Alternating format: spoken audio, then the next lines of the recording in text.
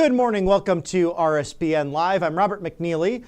We're covering the latest news from the Trump White House. As you can see, 1600 Pennsylvania Avenue right there on your screen. A beautiful sunny day in the federal city, and it's winning on this Easter Wednesday. Thank you to our sponsors here at Right Side Broadcasting Network, Colonial Metals Group.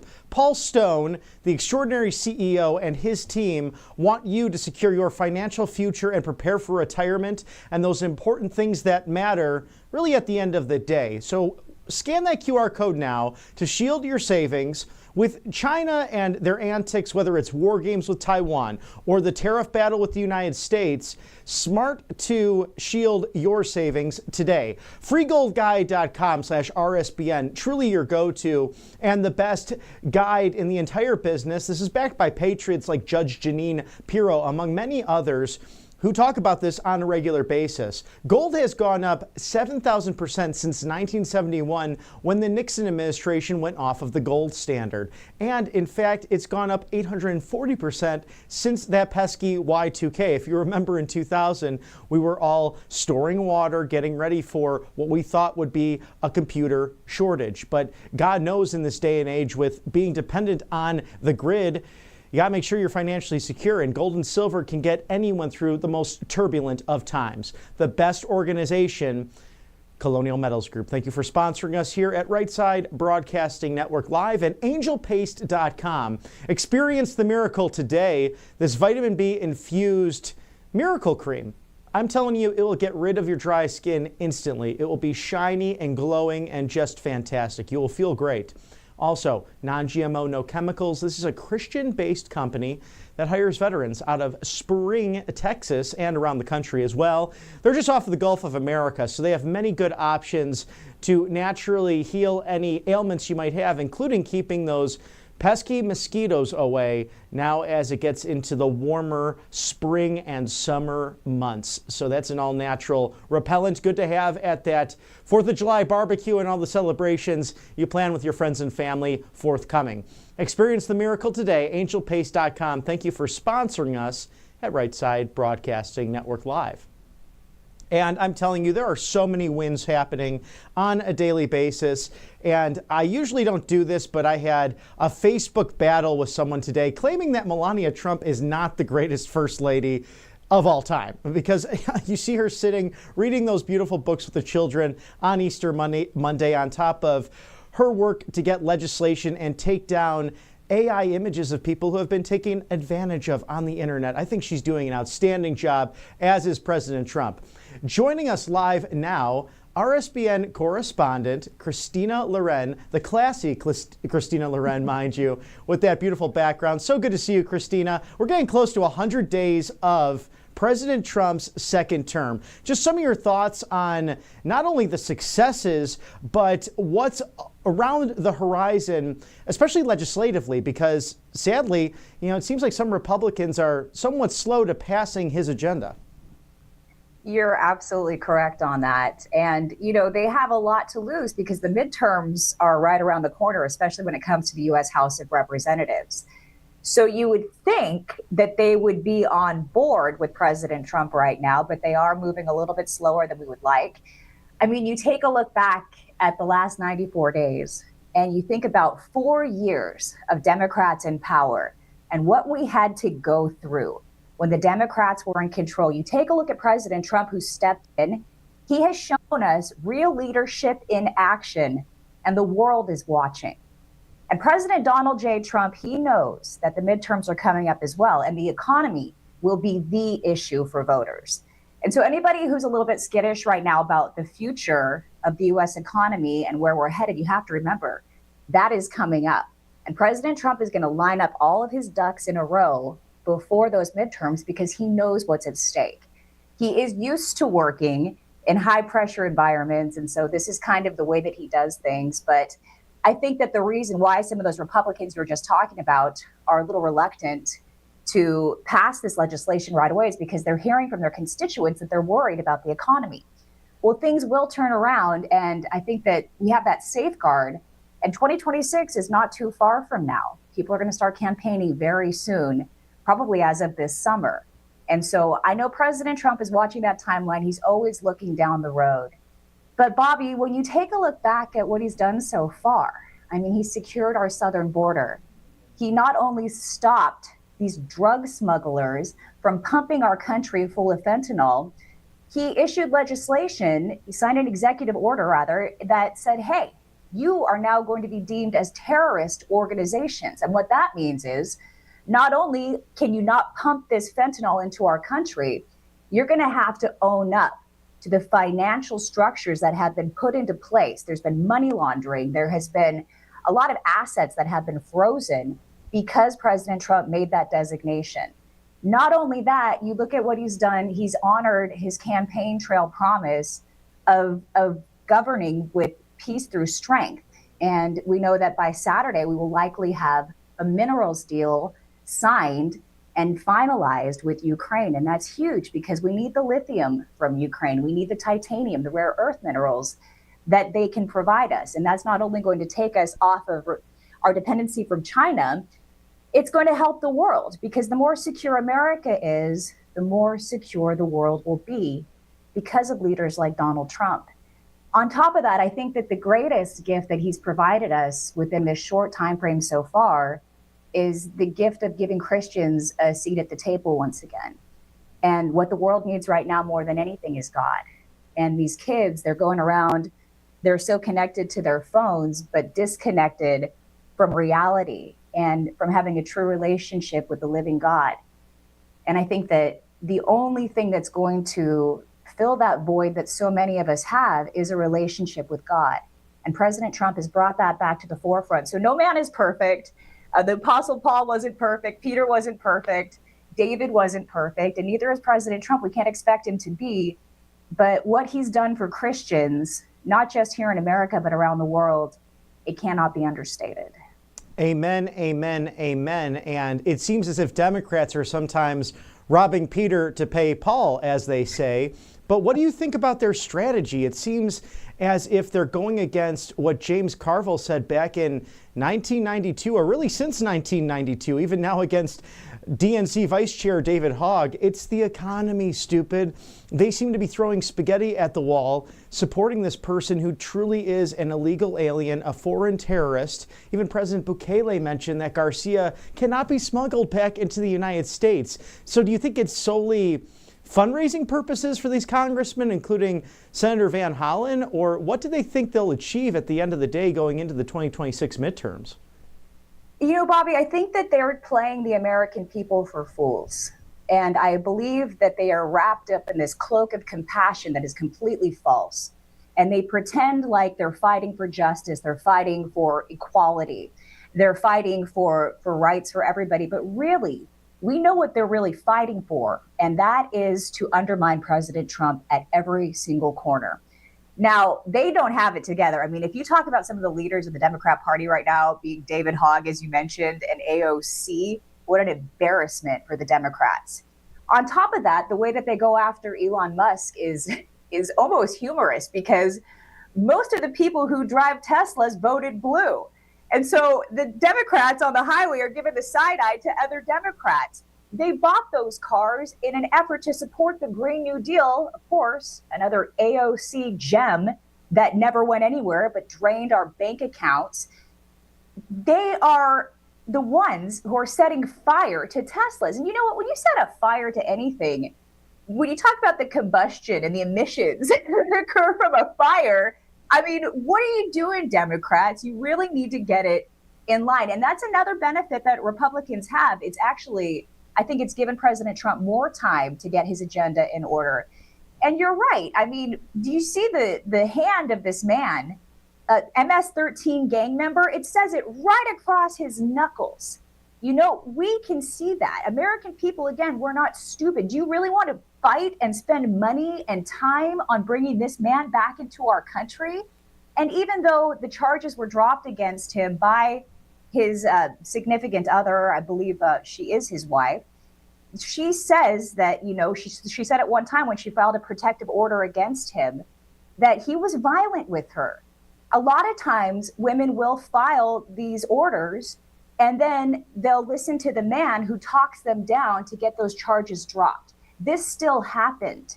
Is this the kind of man that we should be supporting to bring back into this country? I don't think so. So I think, again, it's just it's a facade. It's a smokescreen. It's the Democrats trying to convince us that they are so loving and they're doing what's best for the American people, when really they're just trying to go against President Trump and undermine him every turn that they can.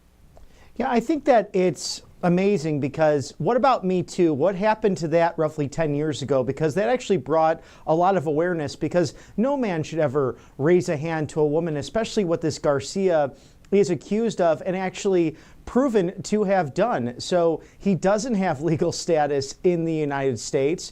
He is an alien. On top of that, he committed really extraordinary offenses. And I hear some on the left talking about due process.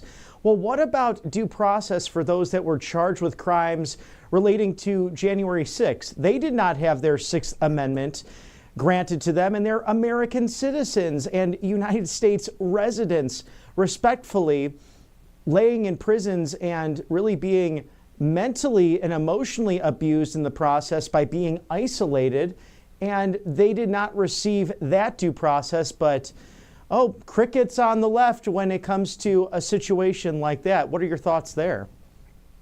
I think that so many people get lost in the language and they don't realize that that's why they were pardoned. They weren't given due process, which is why President Trump pardoned them. He wasn't saying what happened was okay or that it was justified in any way. They were not given due process.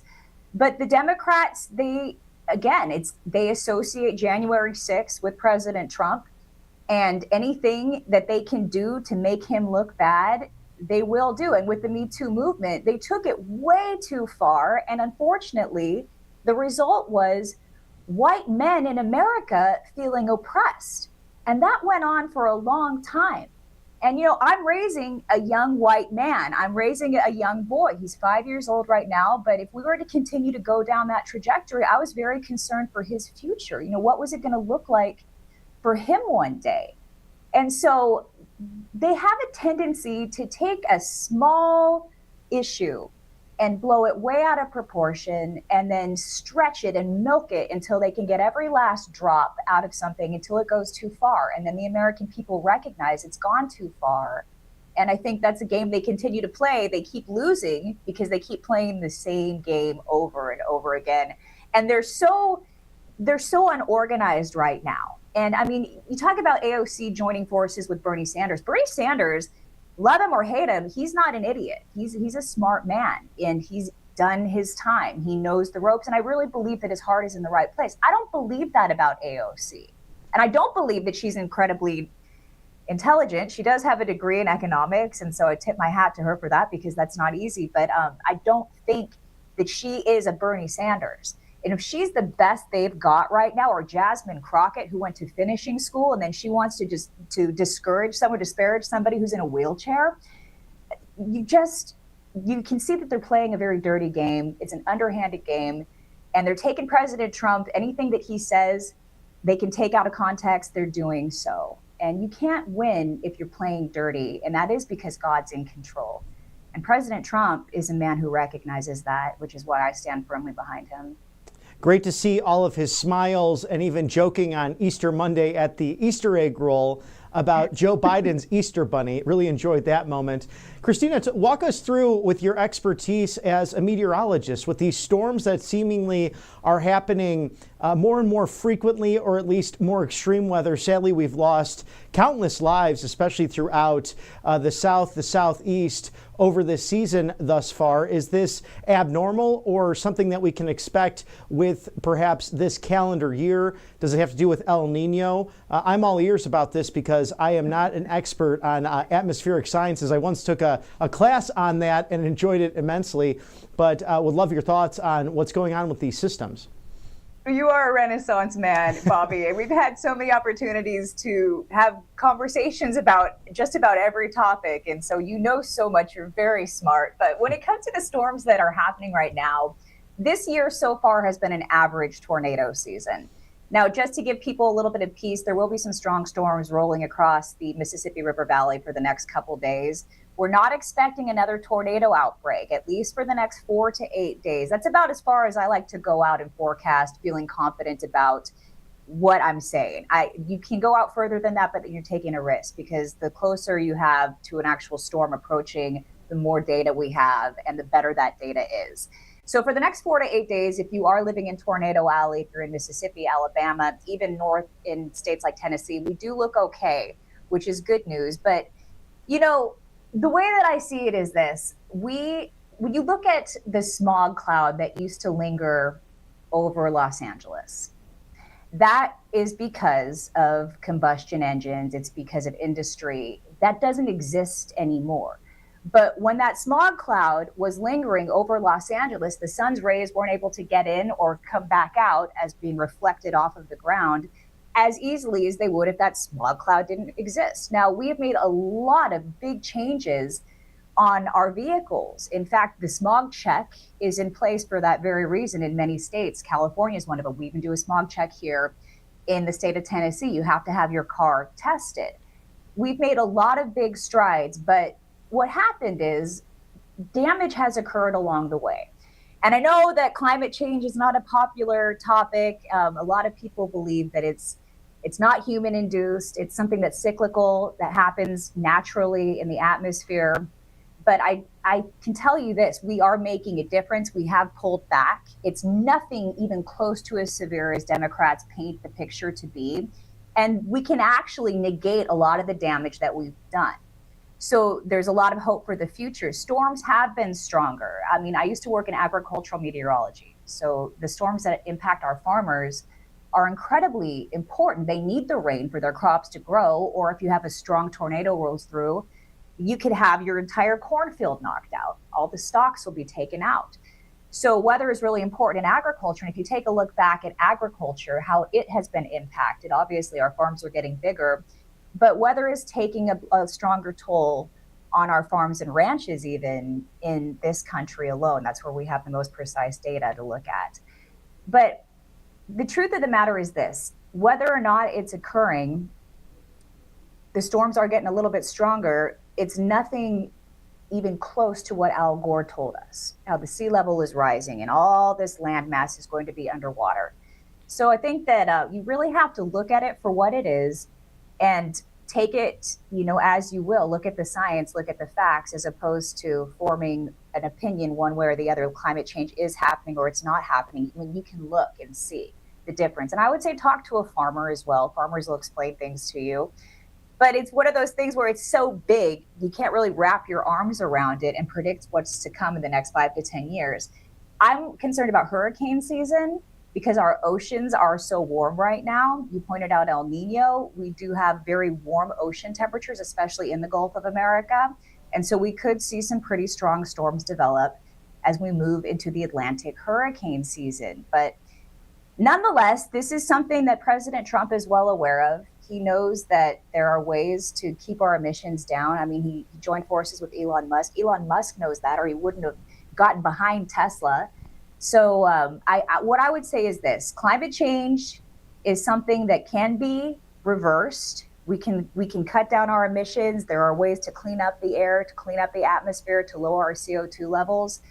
It's not all doom and gloom, but yes, the storms have been stronger. And I think that population growth has also been a huge factor, because there's more people are being impacted when storms do get stronger. But yeah, it's a tough one. There's a lot of sensitivity on both sides of the issue, and I can only give you my expertise based on what I've learned in my 25 plus years as a meteorologist. Well, we appreciate that so much. And I had hoped for Al Gore, because he was actually such a gentleman at former President Jimmy Carter's funeral, standing up, shaking hands. Granted, the former presidents and first ladies had that time before the funeral itself at the National Cathedral. So the vice presidents and their significant others, of course, seeing the presidents for the first time as they walked out. But I thought Al Gore, I'm like, there's hope for him. He stood up, shook the hand of his main opponent, former President George W. Bush, as he was sitting down. And you know me, and thank you for your kind words. I just think men should stand up and shake another man's hand.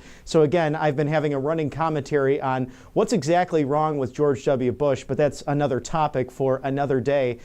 Christina Loren, RSBN correspondent, thank you so much for really giving us so much insight and so much great analysis and truly expertise. We love having you on the team, and we'll see you very soon. I can't wait, Bobby. Wishing you well. God bless you, and may he continue to lift you up and give the world an opportunity to see what a true gentleman looks like. I'll Amen. talk to you soon. Thank you for your kind words. God bless you. Happy Easter. You too. And it's always fun to connect with really the experts in the field. That's the difference here at Right Side Broadcasting Network Live. We go in depth. We show you every speech. We show you press conferences. We show you meetings. And we bring you into the room where it happens so that you, the viewer, can make up your mind about any given situation. We pride ourselves as your go-to live desk. Whether you be a Republican or a Democrat, independent, perhaps you're a Libertarian or a member of the Green Party, all are welcome at Right Side Broadcasting Network to get not the mainstream news line of, oh, watch out, alert, fear, fear, fear. No, it's about hope here. It's about talking about the Christian faith, the Jewish faith, really all faiths, and the fact that the Judeo-Christian order created this great nation, God, the Holy Spirit working through our founding fathers to give us this amazing gift of an American constitutional republic, about 250 years young now, as we cover the latest news from the Trump White House on a beautiful day in Washington, D.C., seeing that sunshine over the White House and all of that green during the spring renewal time this Easter Wednesday. It's a beautiful day. Also a beautiful day here live from Auburn, Alabama at our home studios. Thank you to Kalshi for sponsoring us at Right Side Broadcasting Network. You might be thinking, will egg prices continue to go down this month? Will they make a spike back up? We know it's been very successful over the course of the last few weeks, which hopefully gives you a little break at the bank when it comes to grocery shopping. But regardless of the question, whether it's politics, culture, sports, anything in between, kalshi.com/RSBN, KALSHI.com/RSBN. Scan that QR code now, trade on the most important events, and also make those bets on just about anything you can think of. Lots of fun.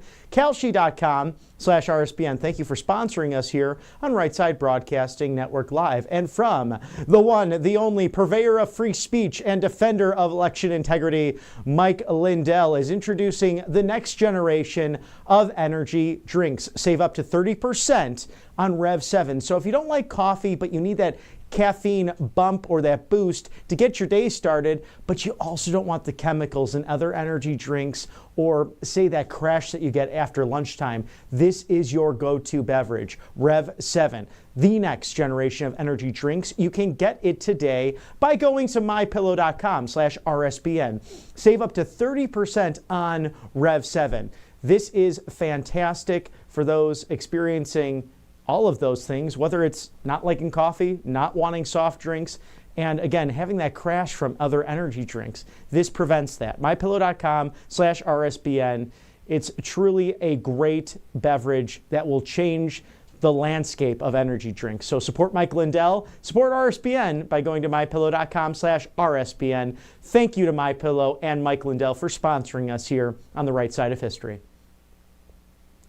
And we have more great unbridled coverage for you and in-depth analysis, as I mentioned earlier. We're going to play back one of my recent interviews with Paul Stone. He's the CEO of Colonial Metals Group, and we dive deep into tariffs, recessionary spending, just this national debt, and the fact that home prices have just skyrocketed, even comparing back to the early 1990s, and why gold and silver are your best option with the best company in the entire industry. That's Colonial Metals Group. We'll toss that there now, my interview with Paul Stone. We're joined by Paul Stone from Colonial Metals Group. Sir, thank you for joining us once again. I'd like to get your take on the House spending package and the bill that went into resolution and was ultimately passed. Somewhat of a surprise because it was just by that 217, 215 threshold. Shows how narrow that majority is for the Republicans. Yeah, well, that was something to take note of. But they all voted for it except for one. I'm torn. I'm a huge fan of Donald Trump. When I got to meet him at Mar-a-Lago at his first victory celebration, put together by Larry Kudlow's initiative that helped him and what created some of the blueprint that got him back to a victorious situation with the White House rather than a cantankerous situation. I called him Braveheart. He's fighting an enemy that's already here.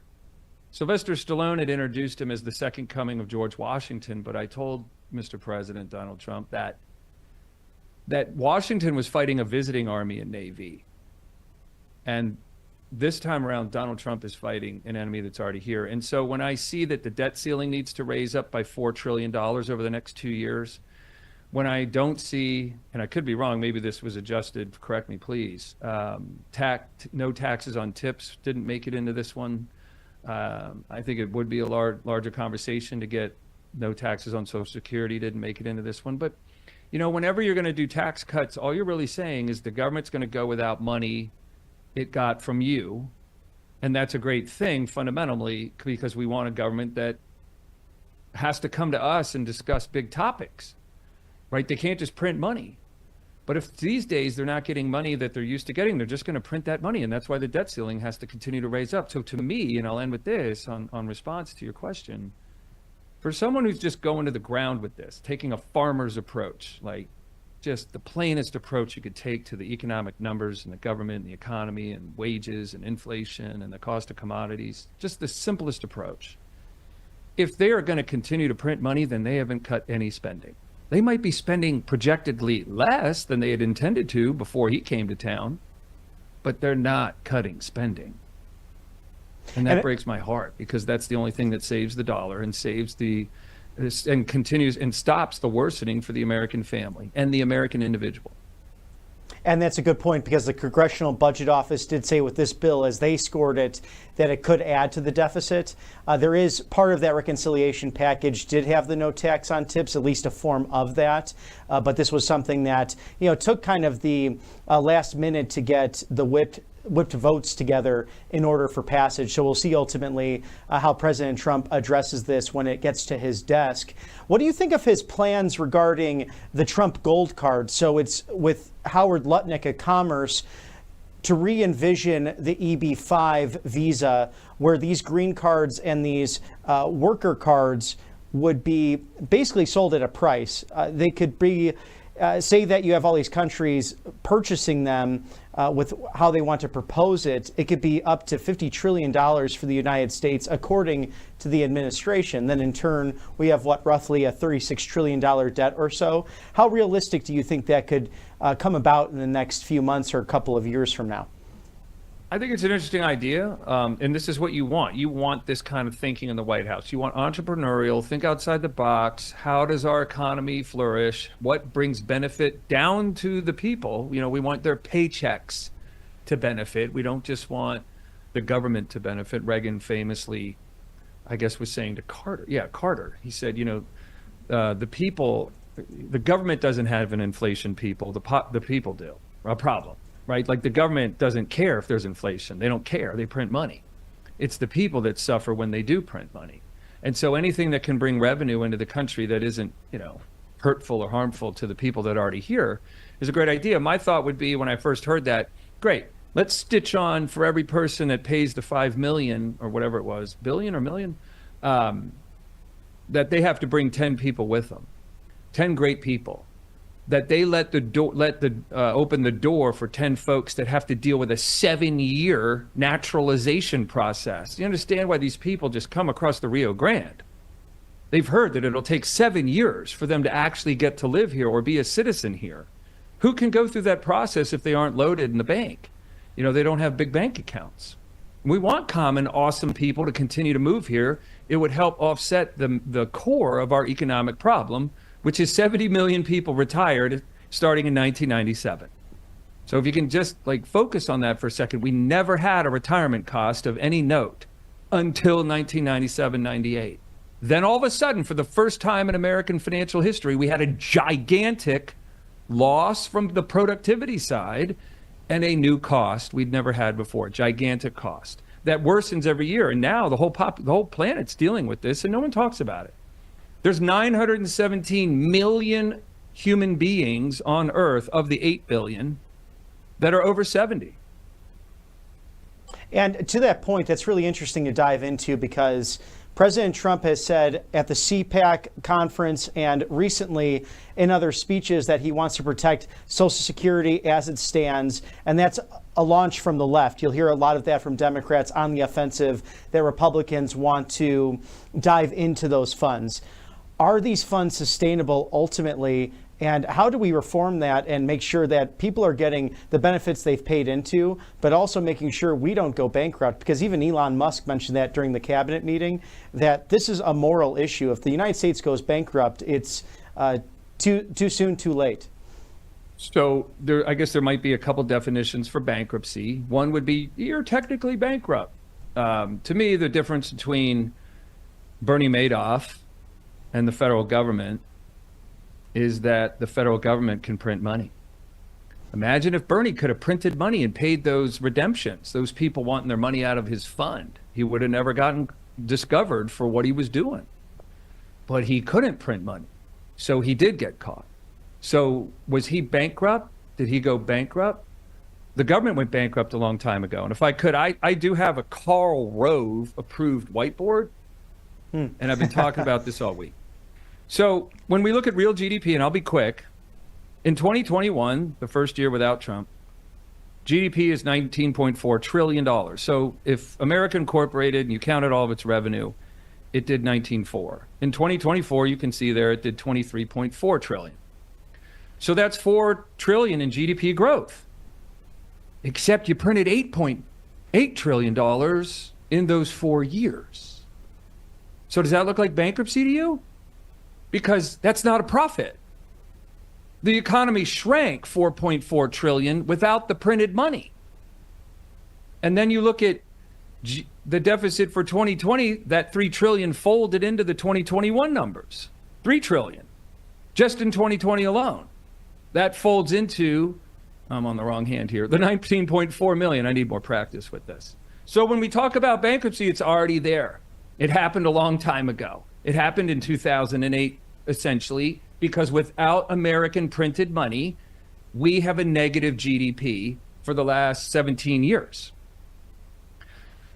So, oh my God, when do we feel this bankruptcy? When the ability to print money, when money has no more potency left in it, it's worth 2.7 cents today, the dollar. So when that potency reaches some mathematical place of half a penny, a tenth of a penny, maybe 1 penny, we don't know how long this actually lasts. And I know no one's talking about it. And you're sitting there going, how does Paul talk about this stuff like it's important when no one else who is important is talking about it? Because I don't think they're aware of it. I really don't think they're aware of it. I know Warren Buffett is saying, just keep saving $200 a month from every paycheck, and 40 years from now, you'll have a ton of money. I don't think so, because the dollar when he started doing that was worth 80 cents. And today it's worth 3. So that's the resource that allows us to communicate today, and me to put on a suit and talk and had a breakfast and a lunch today. Without the printed money, you don't have any of this. You have Bernie Madoff. Yeah, some fantastic points there. And do you think there should be a balanced budget amendment that Congress really has to push forward in order to streamline and stop some of this printing of the money? Because even when I look at now, I'm turning 37 relatively soon. I look in my lifetime, to your point, the devaluing of our currency and the fact that it's harder to own properties or even a first home for many in my generation, between the millennials and the Gen Zers, and even some older, because it's just their own stock and savings, their assets against inflation becoming harder and harder. So how does the average person really handle this and stand up to what's going on in United States and world markets? Offenses win when they go where the defense isn't. So if we're just going to sign up, your demographic, your age group, your generation. If you're thinking, well, I'm just going to go the way I've seen other people go, I'm gonna maybe have to go to college, so I'll take on some debt, and then I'll get that degree, which pays me more money when I get out of college than if I just went to high school, and then I'll get that payroll going, and I'll save some money, and I'll buy a house. And it can't happen because as the government prints, young man, it causes the cost to go higher every year. It's the government that prints the money because it doesn't have the money to pay for Social Security, Medicaid, and Medicare, all retiree-born costs. It doesn't have the money to pay those bills. And no one there is strong enough, long time ago, to say, hey, we need quality people to come here. When Social Security was created, there were 44 workers for a retiree. Today, there's 3. The government let all that slip.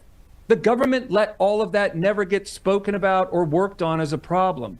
When Reagan was president, he had the gravitas to come out and say, my fellow Americans, we need to invite good folks south of the Rio Grande to come live here. Although that might have sparked a little ire in people, and they may have been, and the politicians worried about sparking off some racism claims and all kinds of frenzy going off in America. But if they had come and said, here's the numbers, in 2025, your dollar's worth 3 cents, you have $36 trillion, and you'll have crazy presidents like Biden and Obama changing you to have your kids to have talks in elementary school about what sex they're going to be.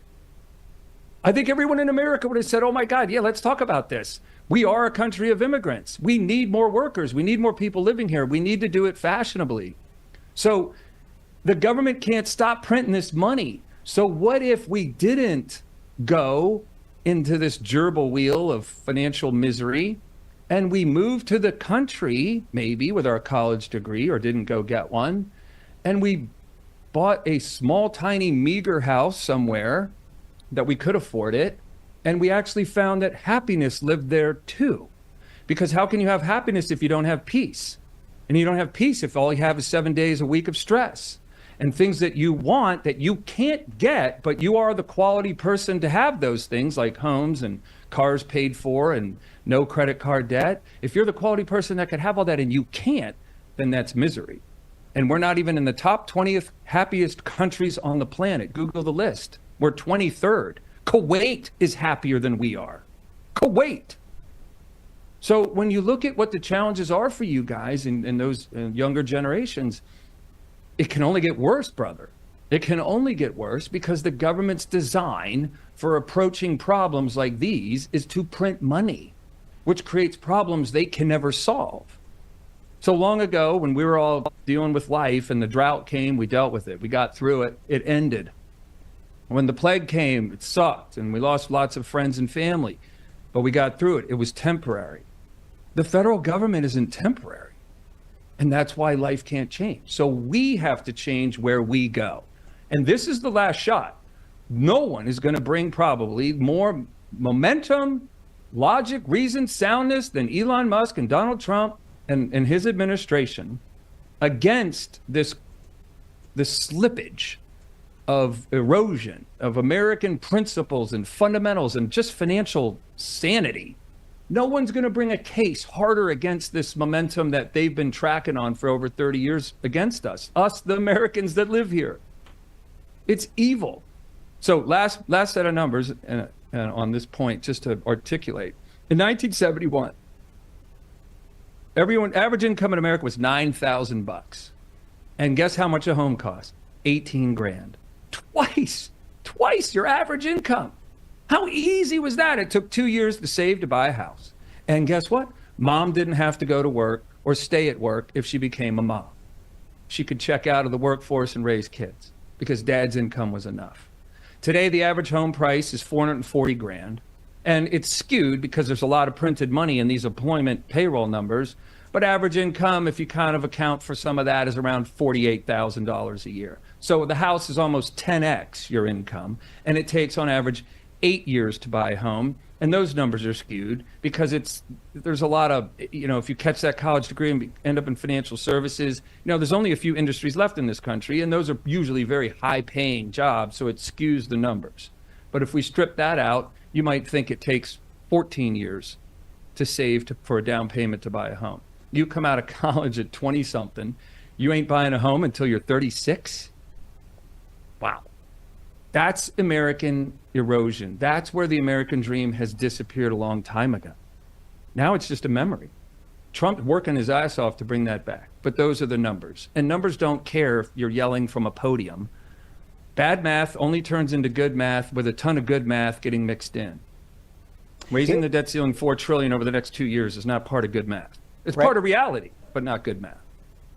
Oh, no question about that. The numbers don't lie. And it's affecting every other area of life. I mean, we have people getting married later, population decrease, especially in certain demographics. And really, you only have people, I think maybe Tucker Carlson, Ron Paul, Rand Paul, perhaps Dennis Kucinich, Mike Lee, that come to mind instantly, who are really talking about how the debt is detrimental to the future of the culture and society as a whole. And as you mentioned, thank God for President Trump, thank God for Elon Musk, who are addressing it on top of all the other issues that they're facing between Doge, facing with the multitude of executive orders, and then further legislation as well, roughly within give or take 40 days in office. Now, it's just breaking news as we're talking now, but you might have caught the meeting with President Trump, President Zelensky of Ukraine, and then that press conference that did not happen. The bilateral meeting looks like it failed, at least temporarily, and Mr. Zelensky left the White House. Apparently, he was speaking to President Trump, wanting to stay for that, but sparks flew in the Oval Office, and rightfully so, as this was not going to be an easy discussion. How does the talk of gold and silver and precious commodities come into play in a situation like this for any given, individual in the United States? Gold was $300 an ounce when the baby boomers started retiring at the turn of the century, and it's tapping on 3,000 an ounce today. So what does that say?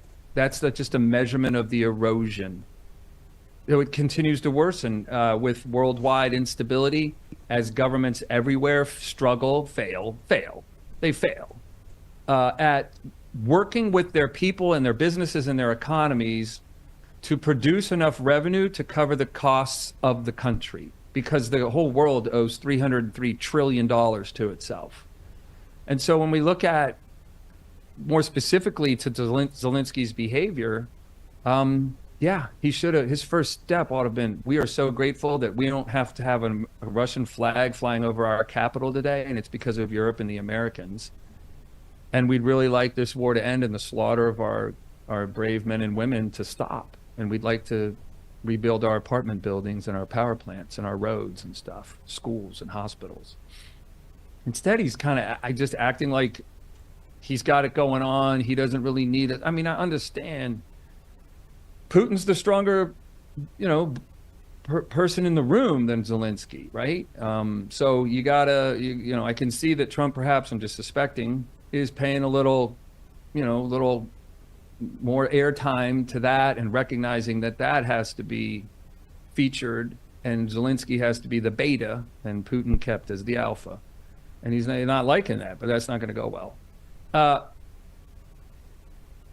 Wars and life itself is always about resources, access to resources and maintaining them. Why isn't Tom Brady throwing a football on an NFL field anymore? He lost the resource of youth. I lost the resource of hair. So when we look at how desperate all of this becomes for China, they have more homes that no one lives in than we have homes in America. I think I have that right. It's so astounding. It's hard to believe. I've read it from a few different sources. They have more empty homes that no one will live in China than we have homes in America, total. So when you just look at how the world's just breaking apart, it's fracturing as our weakness continues, our financial dominance. So I think you need gold and silver because it's not money in the dollar. You need gold and silver because it's not money in some institution you have to rely on continuing to provide you with access to your money, or a bad Microsoft update goes down and the world bugs out and you can't get on a plane or a bus or get access to your funds. I mean, who knows? The world, with more and more tech, the world becomes more and more precarious on things it doesn't fully understand or control or see warning signs of before it breaks. At least a bridge will start sending little creaky sounds to you as you drive over it, that maybe it needs some repair work done. When software goes down, boom, it's out. And this move to cryptocurrency, if someone hacks your crypto account, is there an 800 number you can call to get it back? No. What are we talking about here? You can't hack gold and silver. Yes, some excellent points from Mr. Paul Stone, CEO of Colonial Metals Group. And the proof is in the pudding. Since 1971, if you get the free gold guide, you can get that at freegoldguide.com/RSBN. It shows you how gold has gone up over 7,000% since the end of the gold standard by the Nixon administration in 1971 until just last year. It's never dipped down significantly. It's only been an upward trend. So thank you for the common sense points, and we look forward to having you back on Right Side Broadcasting Network live very soon. Thank you to Mr. Paul Stone. Thank you for having me. You guys are doing incredible work. God bless you all, and I appreciate your courage and all your hard work. Likewise, sir. God bless you. Thank you. Thank you. Always great getting Paul's insight and sharing that with you, the American people, so you can secure your financial future through Colonial Metals Group. So we just had a press gaggle, President Trump answering some questions from reporters moments ago. We're going to replay that for you now to get the latest from the Trump White House. Involved with America, and we have a lot of action going on. We're making a lot of money, this country. This country is not going to be losing money on trade anymore. We were losing $2 trillion a year on trade. Now we're going to be making money, a lot of money. So that's very good. Every country wants to partake, even countries that have ripped us off for many, many years. China is an example, but it's not just China. European Union, they ripped us off for many, many years, and those days are over. We're going to make a lot of money for our people. We'll be able to lower taxes substantially. And we're going to be proud of ourselves. They're not going to be a laughing stock that got taken advantage of by virtually every country in the world. We thought you said you were going up to launch for a flag. What was going on? We're putting up a beautiful, almost 100-foot tall American flag on this side and another one on the other side, 2 flags, top of the line. And they've needed flagpoles for 200 years. It was something I've often said, you know, they don't have a flagpole per se. So we're putting one right where you saw us, and we're putting another one on the other side on top of the mounds. It's going to be 2 beautiful poles. Paid for by Trump. They arrive in about a week or so. Can you clarify, Mr. President, on China? Yeah, we are going to have a fair deal with China. It's going to be fair. Are you talking to them actively now? Actively. Everything's active. Everybody wants to be a part of what we're doing. They know that they can't get away with it any longer, but they're still going to do fine. And we're going to have a country that you can be proud of, not a laughing stock all over the world for many years. You know, in 1913, they traded to the income tax system. We used to be all tariff, and we had no income tax, and we had the wealthiest country we've ever had proportionately.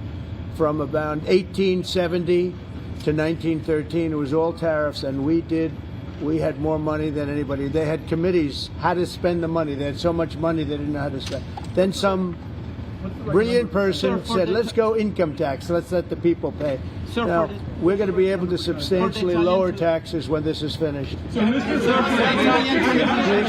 it look in the meantime? Are you considering it looks good, yeah. No, it looks good. While you're negotiating? It looks good. We were losing anywhere from $3 to $5 billion a day. Think of it. We're losing billions of dollars a day under Biden and other presidents, frankly. But under Biden, it got really worse. China got out of control. We're losing $1 trillion a year. Trillion, not a billion, not a million, $1 trillion. And now we're going to be making money with everyone, and everyone's going to be happy. But we're no longer going to be the country that's ripped off by every country in the world. Thank you very much. A few words about the Pope, sir. About where things stand there. And you heard it here first on RSBN. President Trump is going to put up 2 big, beautiful flagpoles, as he mentioned, on the White House grounds. And it will be exciting to see some American flags in all their glory, maybe similar to what you see at the Winter White House of Mar-a-Lago. So we'll be watching that. He said they'll be delivered within the week, it sounds like. So a great addition to what's already a beautiful campus on the White House. So exciting stuff, because as we saw yesterday with Paul Atkins swearing in for the U.S. Securities and Exchange Commissions by Treasury Secretary Scott Bessent, just mentioning during that moment that the Oval Office is so beautiful and so ornate. And in case you missed that, we have that for you. Paul Atkins being sworn into the U.S. Securities and Exchange Commission. Well, thank you very much. And today we're very thrilled to swear in the new chairman of the Securities and Exchange Commission, Paul Atkins. He's a fantastic man and with great experience, but he's above all, he's very smart. Congratulations to Paul, his wife, Sarah, and his entire family who are with us today. Thank you very much and congratulations. Great job. That's great, Sarah. We're also grateful to be joined by our Secretary of the Treasury, who's doing it's the easiest job. I think it's probably the easiest job right now in government, would you say? Companies are coming out of the countries, are coming from all over. They want to just sign. We're doing okay. But you're doing really well. Thank you very much. Scott's going to be doing the swearing in. No one in America is more highly qualified to lead the SEC in this exciting time than Paul. He's devoted his entire life to the cause of free, clear, pro-growth, and pro-innovation securities markets. After graduating very, very high in his class, I will tell you, Vanderbilt University School of Law, Paul began a distinguished career practicing securities law in New York City before joining the staff of the SEC in the 1990s.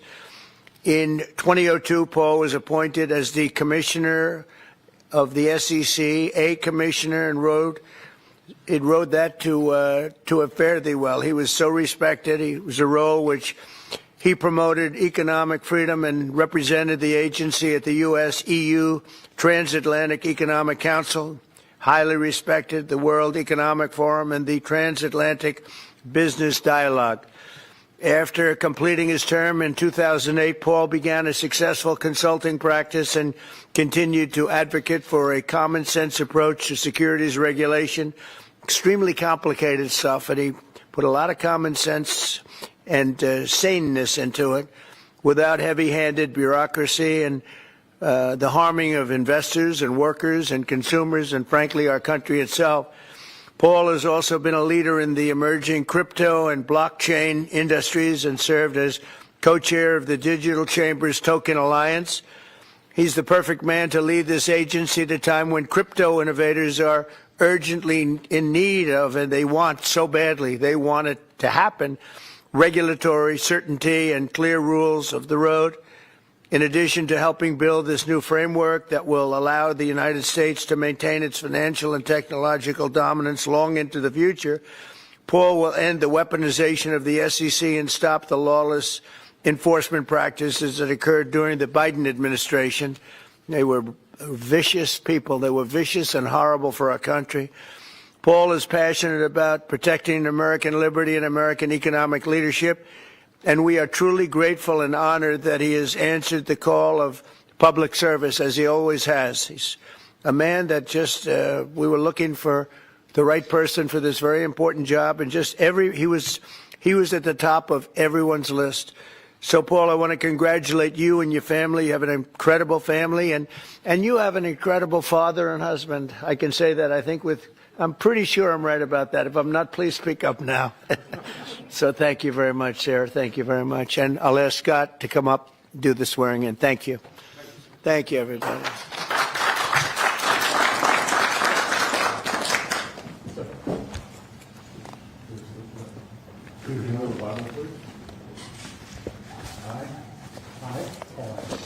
Do solemnly swear Do solemnly swear that I will support and defend that I will support and defend the Constitution of the United States the Constitution of the United States against all enemies, against all enemies, foreign and domestic, foreign and domestic, that I will bear true faith that I will bear true faith and allegiance to the same, and allegiance to the same, that I take this obligation freely that I take this obligation freely without any mental reservation without any mental reservation or purpose of evasion, or purpose of evasion, and that I will well and faithfully discharge the duties of the office on which I'm about to enter.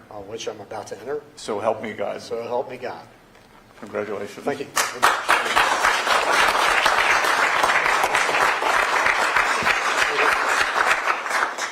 Well, thank you all very much, and especially thank you, Mr. President. I'm really honored by your trust and confidence that you've placed in me to head the SEC. But I really must say the Oval Office has never looked better. One could really describe it as glistening, and I've heard stories about it, and it's true. It's the touch of a confident president leading with optimism towards an American golden age. So thank you for that. And so to my wife, Sarah, and to our sons, Stuart, Peter, and Henry, thank you all for your steadfast love and support. I'm grateful for the sacrifices that each of you have made to enable me to serve America. And thanks to Secretary Bessent for administering the oath as well. But a note about my family real quickly. Today would have been my father's 114th birthday.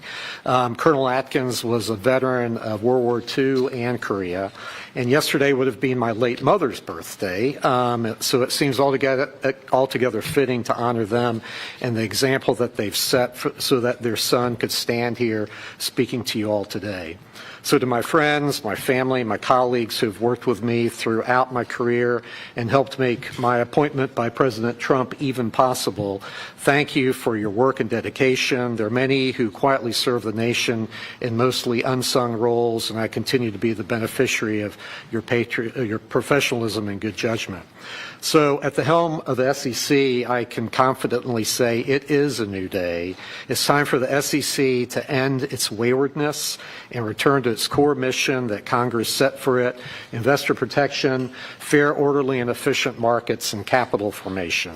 I will work to protect investors from fraud, keep politics out of how our securities laws and regulations are applied, and advance clear rules of the road that encourage investment in our economy to the benefit of Americans. A top priority of my chairmanship will be to provide a firm regulatory foundation for digital assets through a rational, coherent, and principled approach. We will work to ensure that the United States is the best and most secure place in the world to invest and to do business. So, Mr. President, again, thank you very much for your graciousness in extending such a warm welcome to my family and me today in this storied room. I look forward to working with you, with colleagues in your administration, and with Congress to advance your agenda to bolster the economy and build on U.S. leadership of the global market. So thank you very much. Thank you. Congratulations. Thank you very much. Thank you very much. Pleasure. Any questions for Paul? Mr. Atkins, if I may, can you provide, what is your sense of how the CFTC and the SEC will differ when it comes to crypto regulation? I hope that we won't. Brian Quintenz, whom the president has nominated, is a great guy. I've known him for years, and I intend to work closely with him, and I really look forward to his leadership there. I think there's no reason why the two agencies can't be working cheek to jowl on these issues for the American investor and the American economy. Mr. Atkins, do you have a view on Chinese listed stocks on the U.S. exchanges? Well, that's subject of statute, and Congress has acted, and I look forward to diving into those issues. Mr. Atkins, do you have a sense, will the Democratic commissioner continue in her role? Her term, I guess, goes through, ended last year, and I guess she can hold over till the end of the year, so it's up to Mr. President and Congress to deal with that. Mr. President, on China, your press secretary has suggested that some progress is being made. Are negotiations actively underway? And do you agree with Secretary Bessent, who has suggested that the current standoff with China is not sustainable? We're doing fine with China. We're doing fine with almost every country. Everybody wants to have involvement with the United States. As you know, we were losing $5 billion a day when during the Biden administration, during that last year, was a horror show what they were doing on trade, $5 billion a day. And now we have it down to a very low number because we're getting 25% from the automobile industry, from autos. We're getting 25% for steel, 25% for aluminum, and we're getting the baseline of 10%. And think of it, we're losing almost $2 trillion on trade. And those days are gone. We're not going to do that again. We're not going to let that happen. We're being ripped off by almost, I don't say every, but very close to every country, everywhere in the world, just being ripped off left and right. You had no leadership. You had people that didn't know what they were doing. And we're going to turn the country around. You know, we have a very nice phrase, make America great again. That's what we're going to do. And it's going to start with trade. We're doing really well. I see the stock market was up nicely, but this is a transition period, and it's going to be a little while. But we are doing well with every country. Ultimately, we have something they want, and you have to view it that way. We have something they want, and they want very badly. And, you know, it's going to be, they're coming in, they're taking treasure, they're taking jobs when they do that, and they have to pay. And they don't have to pay if they come in and create their own jobs. You know, if they do their product here, if they build their product or make their product in the United States, we have absolutely no tariffs, and we welcome people. But we're taking in a lot of money from tariffs, and our country is getting stronger all the time because the other was not sustainable. Started with China. Are you going to play hardball with them? Are you going to mention COVID? Well, I'm not going to say. No, I'm not going to mention COVID. I'm not going to say, oh, I'm going to play hardball with China. I'm going to play hardball with you, President Xi. No. We're going to be very nice. They're going to be very nice, and we'll see what happens. But ultimately, they have to make a deal because otherwise they're not going to be able to deal in the United States. So we want them involved, but they have to, and other countries have to make a deal. And if they don't make a deal, we'll set the deal because we're the ones that set the deal. Scott and Howard and myself and others, we're going to be setting the deal, and it'll be a fair deal for everybody, and it'll be, I think it's a process that's going to go pretty quickly. We've spoken to many, many countries, and we're getting their views on things. You know, there are a lot of things. They have VAT taxes. They have everything you can have. Don't forget, as an example, the European Union was set up to take advantage of the United States. That's why it was set. And they've done that, but they're not doing that anymore. Yeah. Mr. President, will you prevent Hamas from having any role in governing a post-war Gaza? And will Hamas have to be permanently eradicated for a ceasefire to be reached? Well, we're not going to let Hamas do that, and we're going to see what happens with Gaza. But we've made a lot of progress in the Middle East, tremendous. Should have never happened. That date, that very special date, October 7th, should have never happened. It would have never happened if I were president.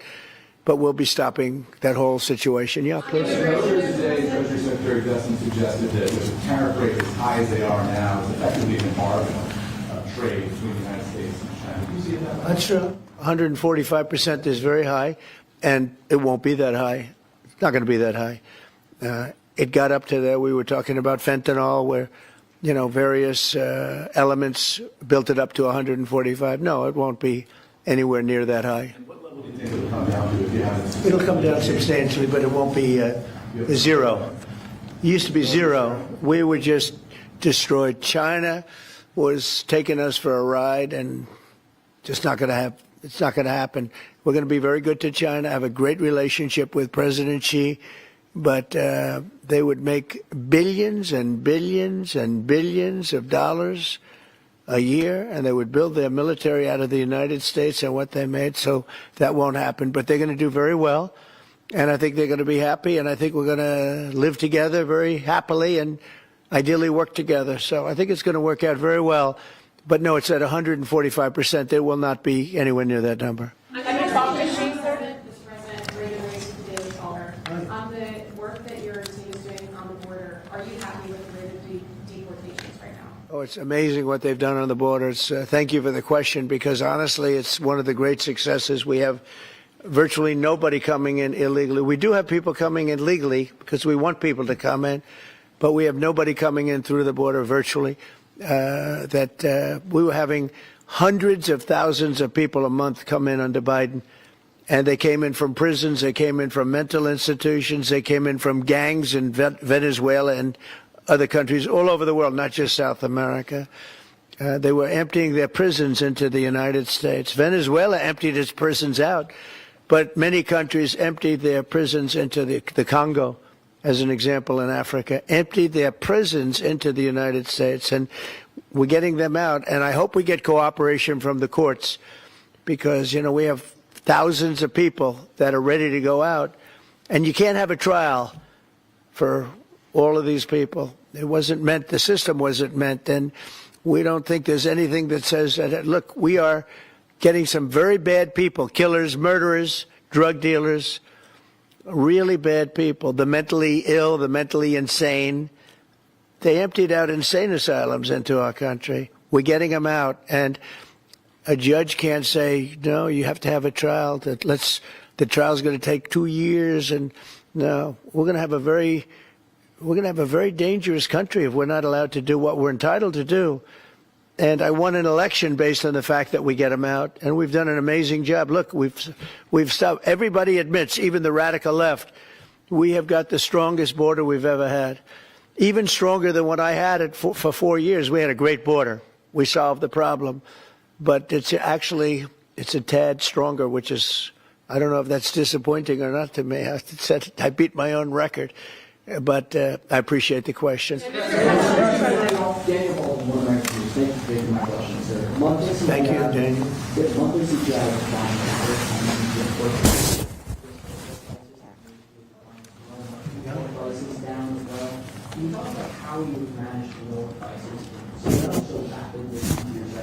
Well, thank you, Daniel. The question is about prices. The prices are going down, not going up.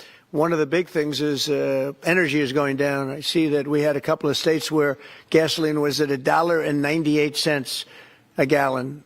Nobody thought they'd see that for years, maybe, and that's a big thing. And we opened up our wells. We opened up our drilling. We have more product now for sale. And we're also going to be selling outside of the country to a large extent. It's going to bring down our deficits, largely going to bring down our deficits. But if you remember my first week, I was standing here, Paul, and they were screaming about eggs. The cost of eggs have gone through the roof. They were up like 500, crazy, like 4 or 5 times. And we won't have eggs for Easter, they were saying. There will be no eggs. You can't order eggs. They wanted us to order plastic in the shape of eggs.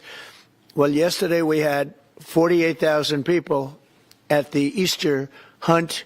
They call it the Easter roll at the White House.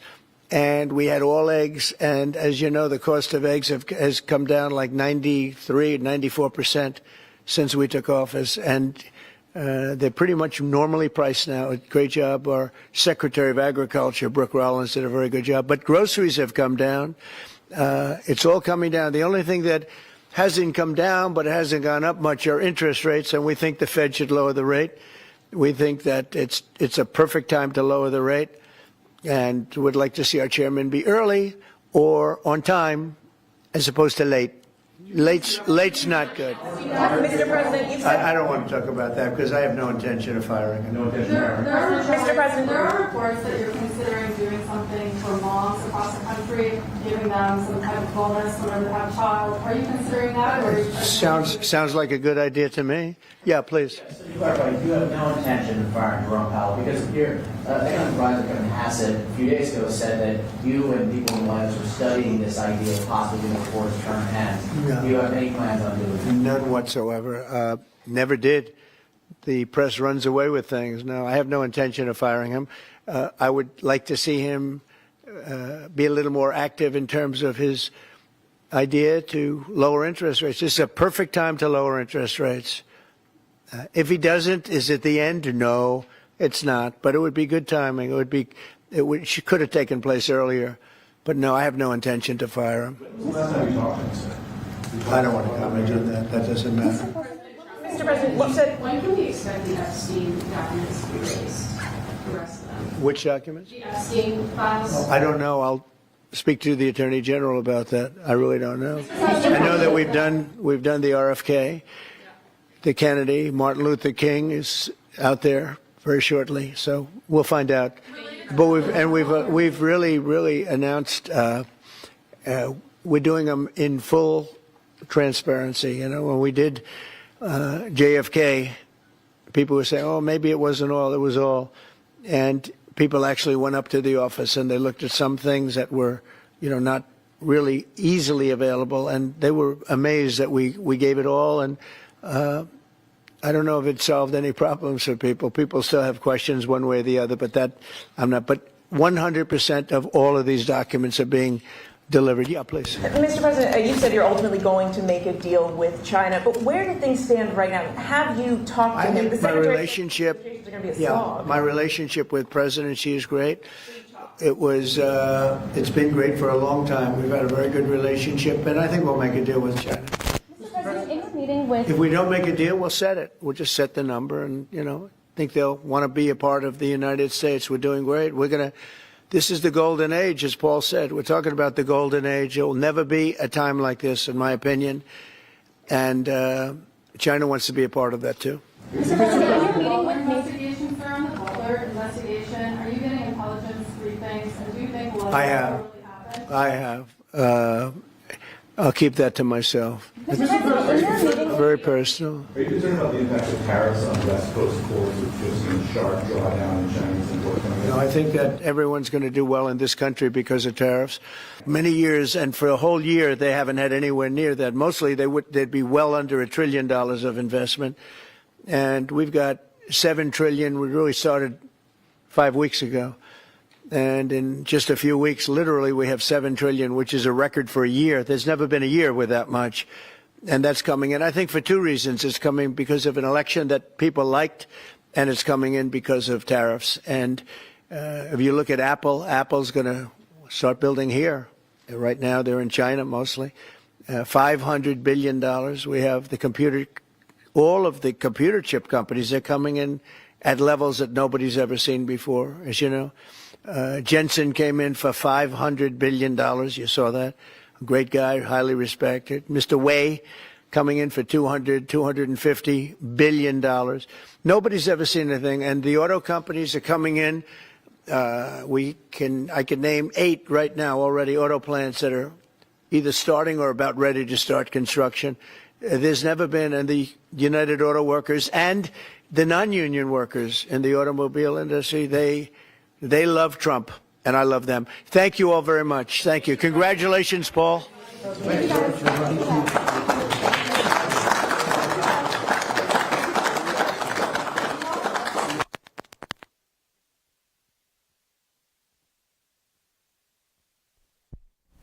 President Trump yesterday with Paul Atkins, now at the U.S. Securities and Exchange Commission, of course, Secretary Scott Bessent of the Treasury swearing him in, and then great answers and some realistic questions from the media. Sometimes that doesn't happen, but it was a good dialogue and exchange on what's happening currently with all of the latest updates from the Trump White House.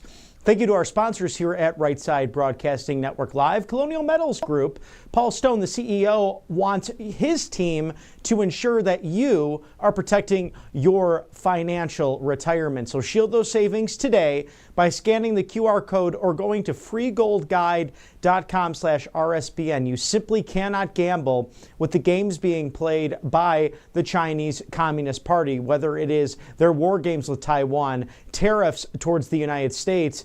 It can affect your bottom line. So whether it's properties, assets, or even 401ks or IRAs, you can roll over and bring that all together with tangible metals, whether it be gold or silver, as part of your portfolio. Smart to do in this day and age. And we do know from White House Press Secretary Caroline Leavitt that 34 countries now coming to the table because of President Trump's tariffs. But regardless of who is in power and what kind of government you might live under, gold and silver has always stood the test of time. So freegoldguide.com/RSBN, your go-to with the best business in the entire industry, Colonial Metals Group. Thanks for sponsoring us here at RSBN.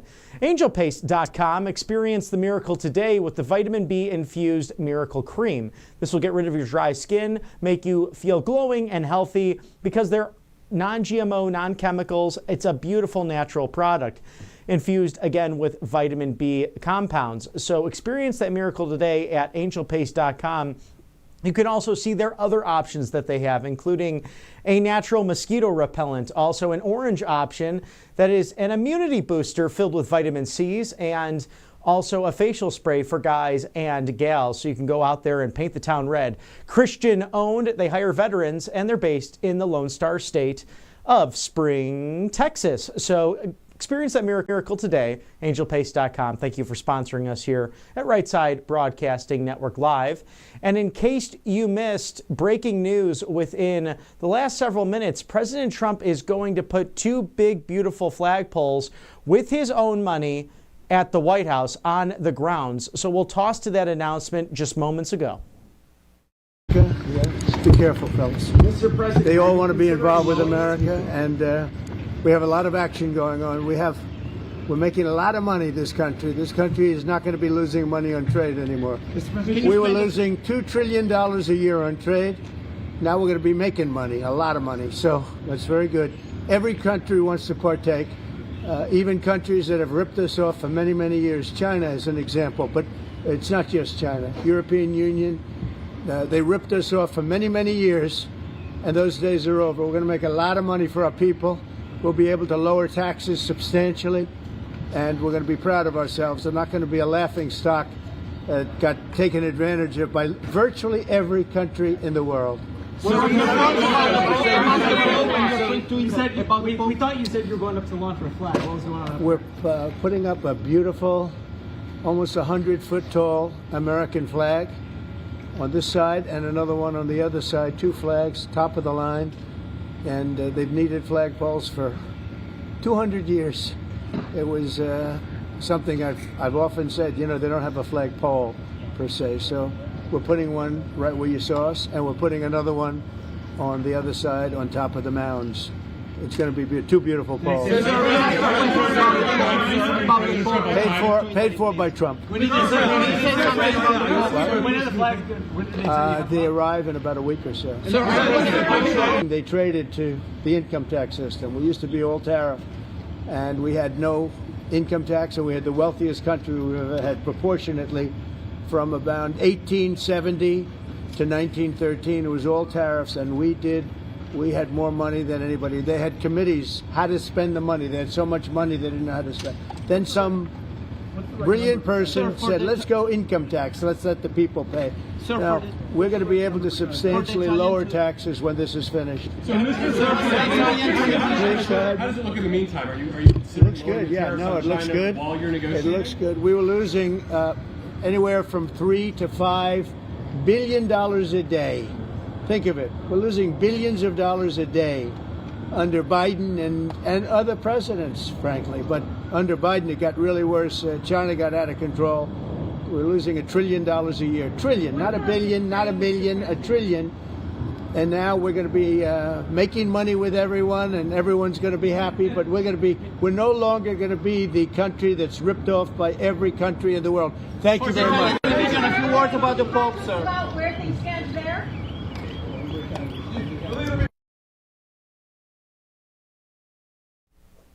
So a fun announcement there from President Trump regarding the flagpoles at the White House should be similar to what you see at the Winter White House at Mar-a-Lago with that beautiful flagpole. And if you know that story, that background, President Trump was actually being fined back in the early 1990s over the size of that flagpole. So it was some regulation, and he battled the city of Palm Beach going back and forth. It's an old, very lovely town now, but it was ran by a bunch of Dixiecrats who, again, these are people, when they throw that line of that this president is somehow racist or a fascist, nothing could be further from the truth, because there were many clubs, country clubs and the likes, that did not admit blacks and Jews into their clubs. President Trump was the first person to do that, opening that up to all people at Mar-a-Lago. So that's just the truth of the matter. He does not worry about the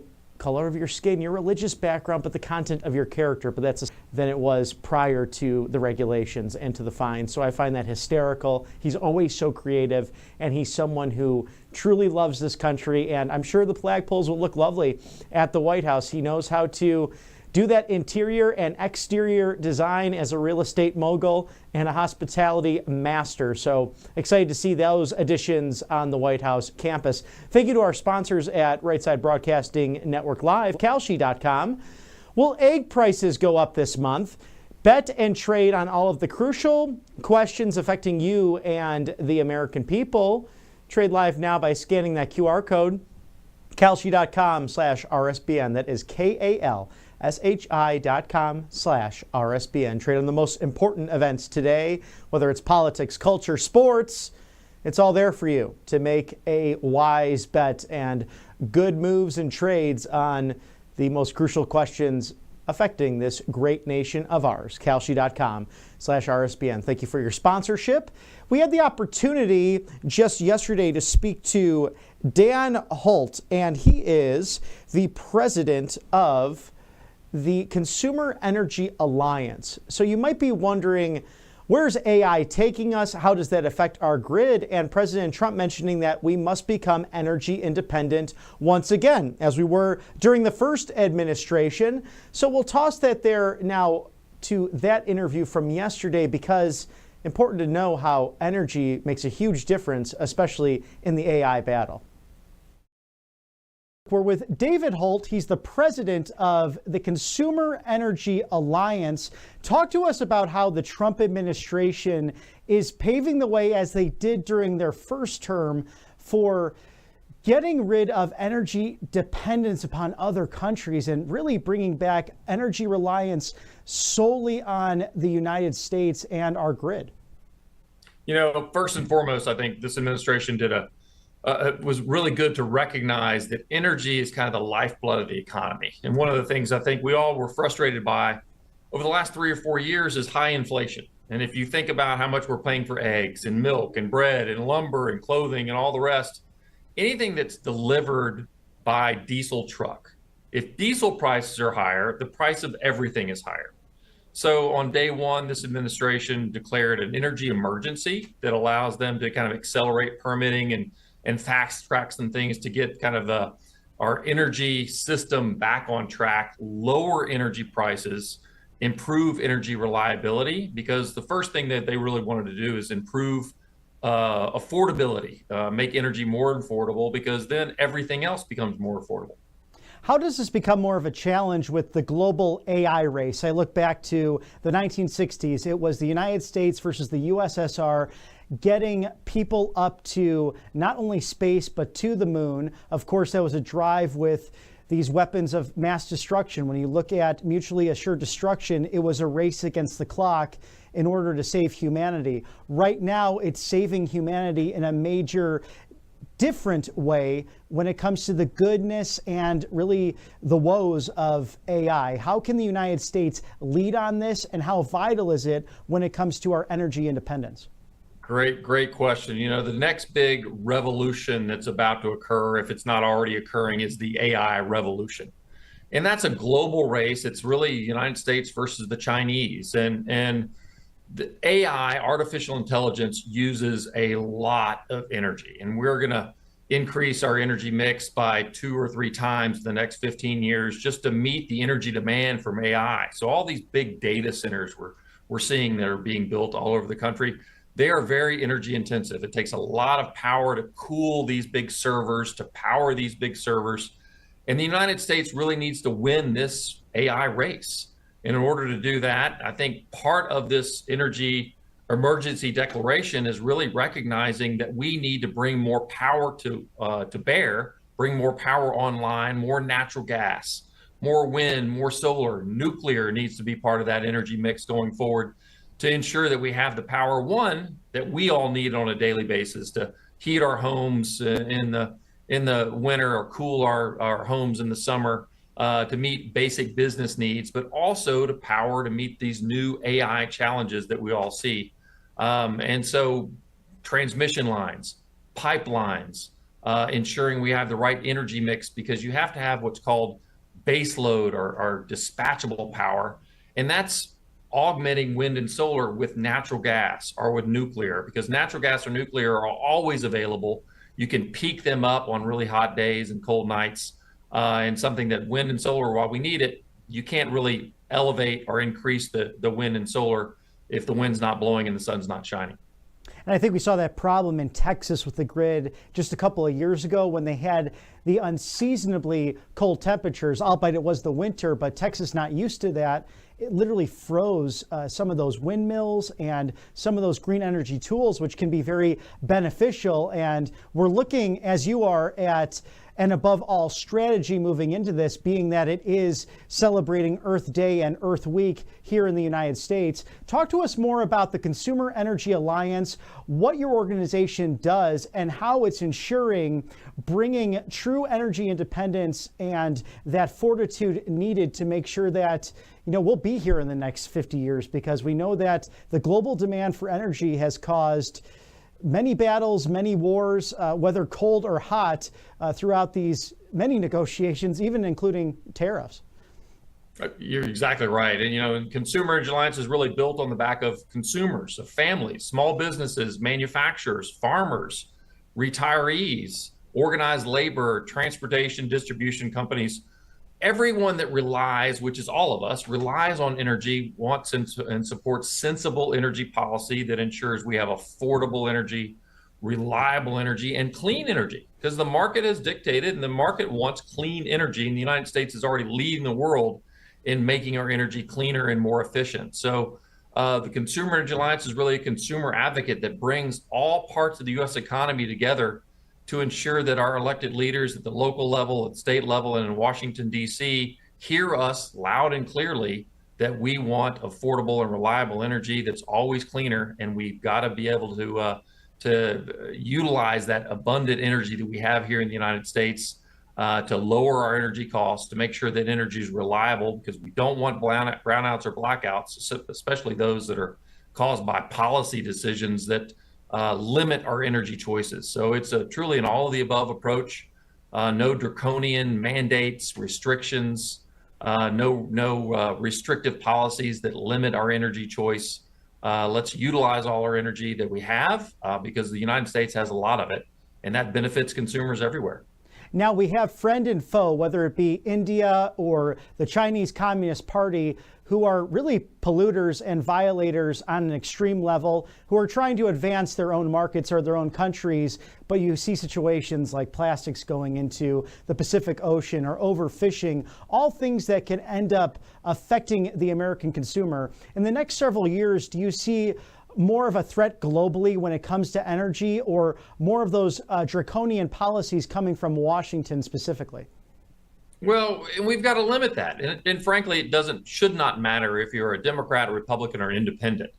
Energy impacts all of us. And those groups that are out there saying the only way to achieve our environmental goals is to limit one form of energy over another, they don't have the country's best interest at heart. And usually they're just playing politics with the situation. So we need to make energy a nonpartisan issue, because it really is the lifeblood, as I said, of the U.S. economy, of the global economy.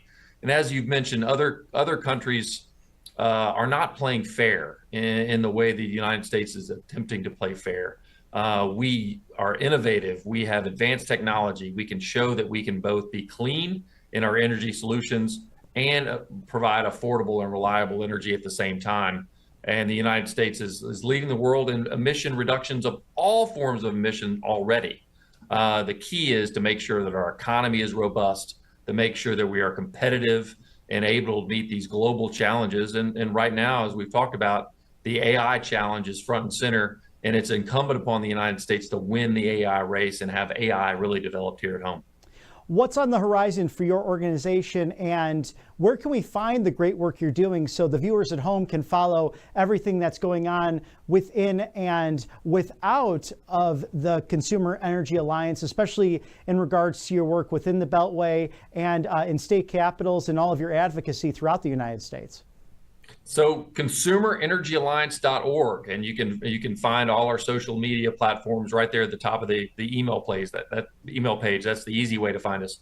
And we're involved in campaigns all over the country at the state level and state capitals in Washington, D.C., and increasingly in local communities, talking about carbon capture solutions and pipelines and infrastructure and permitting reform, and making sure that we're able to build out the infrastructure we need in a safe, reliable, transparent, and consistent way, so that businesses can make business solutions, business decisions, and investment decisions to add jobs and create economic growth in local communities as well as all across the country. So it's really a call to arms and a call to action to everyone out there that potentially is a voter in the next election, because we need to send a signal that energy is nonpartisan, and we need all our elected leaders to really understand that energy can be a game changer for the United States if we do it right. And David, as president of CEA, what's your best advice to the average voter out there when they have environmental concerns, whether they be Republican, Democrat, Independent, or even those in the Green and Libertarian parties? How can they best be stewards of this great blessing of Mother Earth that we've been given as a gift from on high?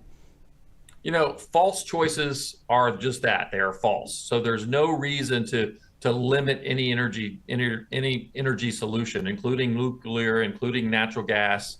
A good balance of wind, solar, natural gas, and nuclear is going to be the key to our energy future. And we can create affordable energy that's reliable and clean. We really can, and we've already shown that we're doing that, and we can do that. So watch out for those that are touting false choices. Watch out for those groups that are saying no to pipelines and no to transmission lines, and no to oil and gas development, or no to wind and solar development in some way. So there are simple solutions.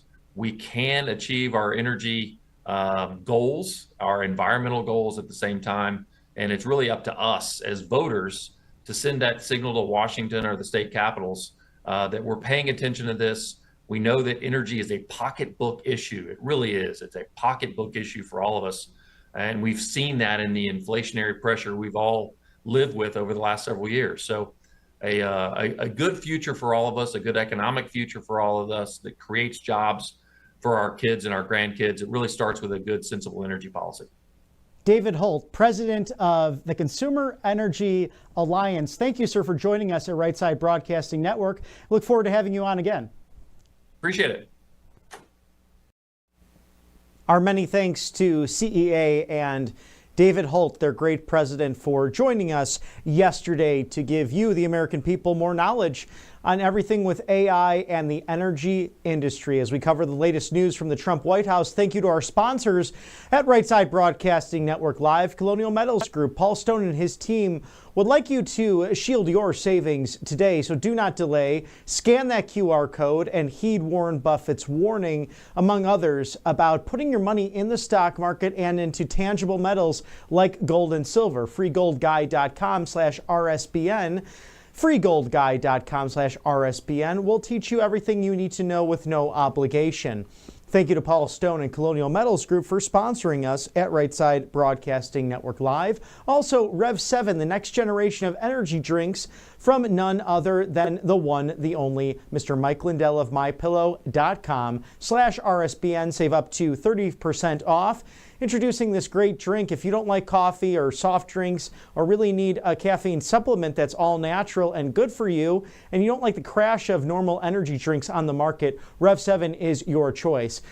Support Mike Lindell and RSBN. Shop now at mypillow.com/RSBN for the next generation of energy drink. Save up to 30% on Rev 7. Thank you to Mike Lindell for sponsoring us here at Right Side Broadcasting Network.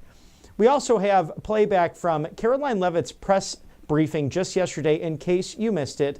We'll go there live now.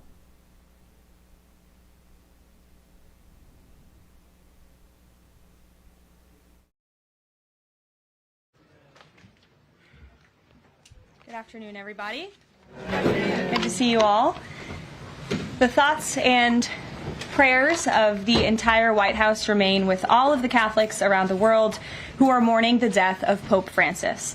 Pope Francis touched millions of lives and dedicated his life to serving the Catholic Church.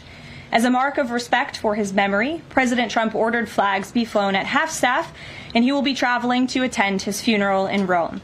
The president will depart from Washington on Friday morning and return to the United States on Saturday evening following the funeral service. I can also confirm the dates of the president's trip to the Middle East. He will travel to Saudi Arabia, Qatar, and the United Arab Emirates from May 13th until May 16th. And on Thursday of this week, President Trump will welcome Norwegian Prime Minister at the White House for a working visit. The two leaders will discuss trade and regional security. This will be the 13th head of state visit of President Trump's term already. At the border, President Trump continues to deliver on his promise to make America safe again. The Wall Street Journal captured the Trump effect in a recent article. Border crossings grind to a halt as Trump's tough policies take hold. U.S. Customs and Border Protection recorded its lowest southwest border crossings in history in March, and we're seeing the same successes at our northern border. Here's how the New York Post put it. Northern border sector previously overrun by illegal migrants sees dramatic drop in crossings. We haven't seen anyone since November, end quote. According to U.S. Customs and Border Protection, just 54 illegal aliens were apprehended in the Swanton sector of our northern border, which stretches more than 300 miles in March. This is a drastic 95% drop from the more than 1,000 border crossings that were caught in March 2024. This is a main hotspot area that recorded more than 80% of all apprehensions along the northern border during the 2024 fiscal year. And new reporting from the Washington Times fully highlights the difference in Joe Biden's disgraceful approach to the border compared to President Trump's. Under Trump, border catch and release has dropped 99.99% from worst Biden month. You can't get much better than that. This statistic in particular is astounding. Border Patrol agents caught and immediately released 189,604 illegal aliens into the United States in December 2023 at the height of the Biden border crisis. But under President Trump, Border Patrol agents caught and released only 20 illegal aliens into the U.S. in the month of February. Thanks to President Trump, operational control of the border is becoming a reality, and the administration's historic enforcement measures are yielding huge results. Illegal aliens are finally getting the blunt message. If you cross the border illegally, you will be swiftly deported and never return to the United States of America. Efforts to arrest the criminal illegal alien invaders are continuing to ramp up. ICE Chicago arrested a Mexican national convicted of predatory sexual assault of a child in Cook County, Illinois. This week, ICE Denver arrested a Mexican national convicted of sexual assault of a child in Houston County, Texas. ICE Miami arrested a Nicaraguan convicted of aggravated battery in Hillsborough County, Florida. ICE Houston arrested a Salvadorian national convicted of attempted sexual assault of a child in Escape in Dallas County, Texas. And ICE Chicago arrested a Mexican national convicted of aggravated sexual abuse of a minor in Illinois. Despite the Democrats' insane objections, President Trump will continue to embolden law enforcement officers to arrest dangerous legal alien criminals and keep our communities safe. And also thanks to President Trump's America First economic approach, investments continue to pour into our country. Swiss pharmaceuticals company announced they will be investing $50 billion in the United States over the next 5 years, creating 12,000 new quality jobs. Regeneron Pharmaceuticals also agreed to pay Fujifilm Technologies more than $3 billion over the next decade to help manufacture its medicines in the United States. It's a top priority for President Trump to ensure we are producing critical medicines and pharmaceutical drugs right here in America, and that is exactly what we continue to see happen every day. In other news, the Trump administration has announced we will put an end to Joe Biden's illegal student loan bailout attempts. No student loan has been referred to collection since March of 2020. That comes to an end. On May 5th, the Department of Education will resume involuntary collections for borrowers with defaulted federal student loans. The student loan portfolio controlled by the federal government is nearly $1.6 trillion, but fewer than 4 out of 10 borrowers are in repayment. This is unsustainable, unfair, and a huge liability for American taxpayers. Debt cannot be wiped away. It just ends up getting transferred to others. So why should Americans who didn't go to college or went to college and responsibly paid back their loans pay for the student loans of other Americans? The Trump administration will never force taxpayers to pay student loan debts that don't belong to them. Student loan borrowers need clarity, and we're finally giving it to them. Borrowers will now be clearly expected to repay their loans, and those who default on their loan obligations will face involuntary collections. The government can and will collect defaulted federal student loan debt by withholding money from borrowers, tax refunds, federal pensions, and even their wages. America is $36 trillion in debt. We must get our fiscal house in order and restore common sense to our country. If you take out a loan, you have to pay it back. It's very simple. President Trump will not kick the can down the road anymore. Before we open it up to questions today, I want to commend our pool photographer who is in the room with us today. ABC News photojournalist Melissa Young is retiring after 44 incredible years on the job, covering here at the White House.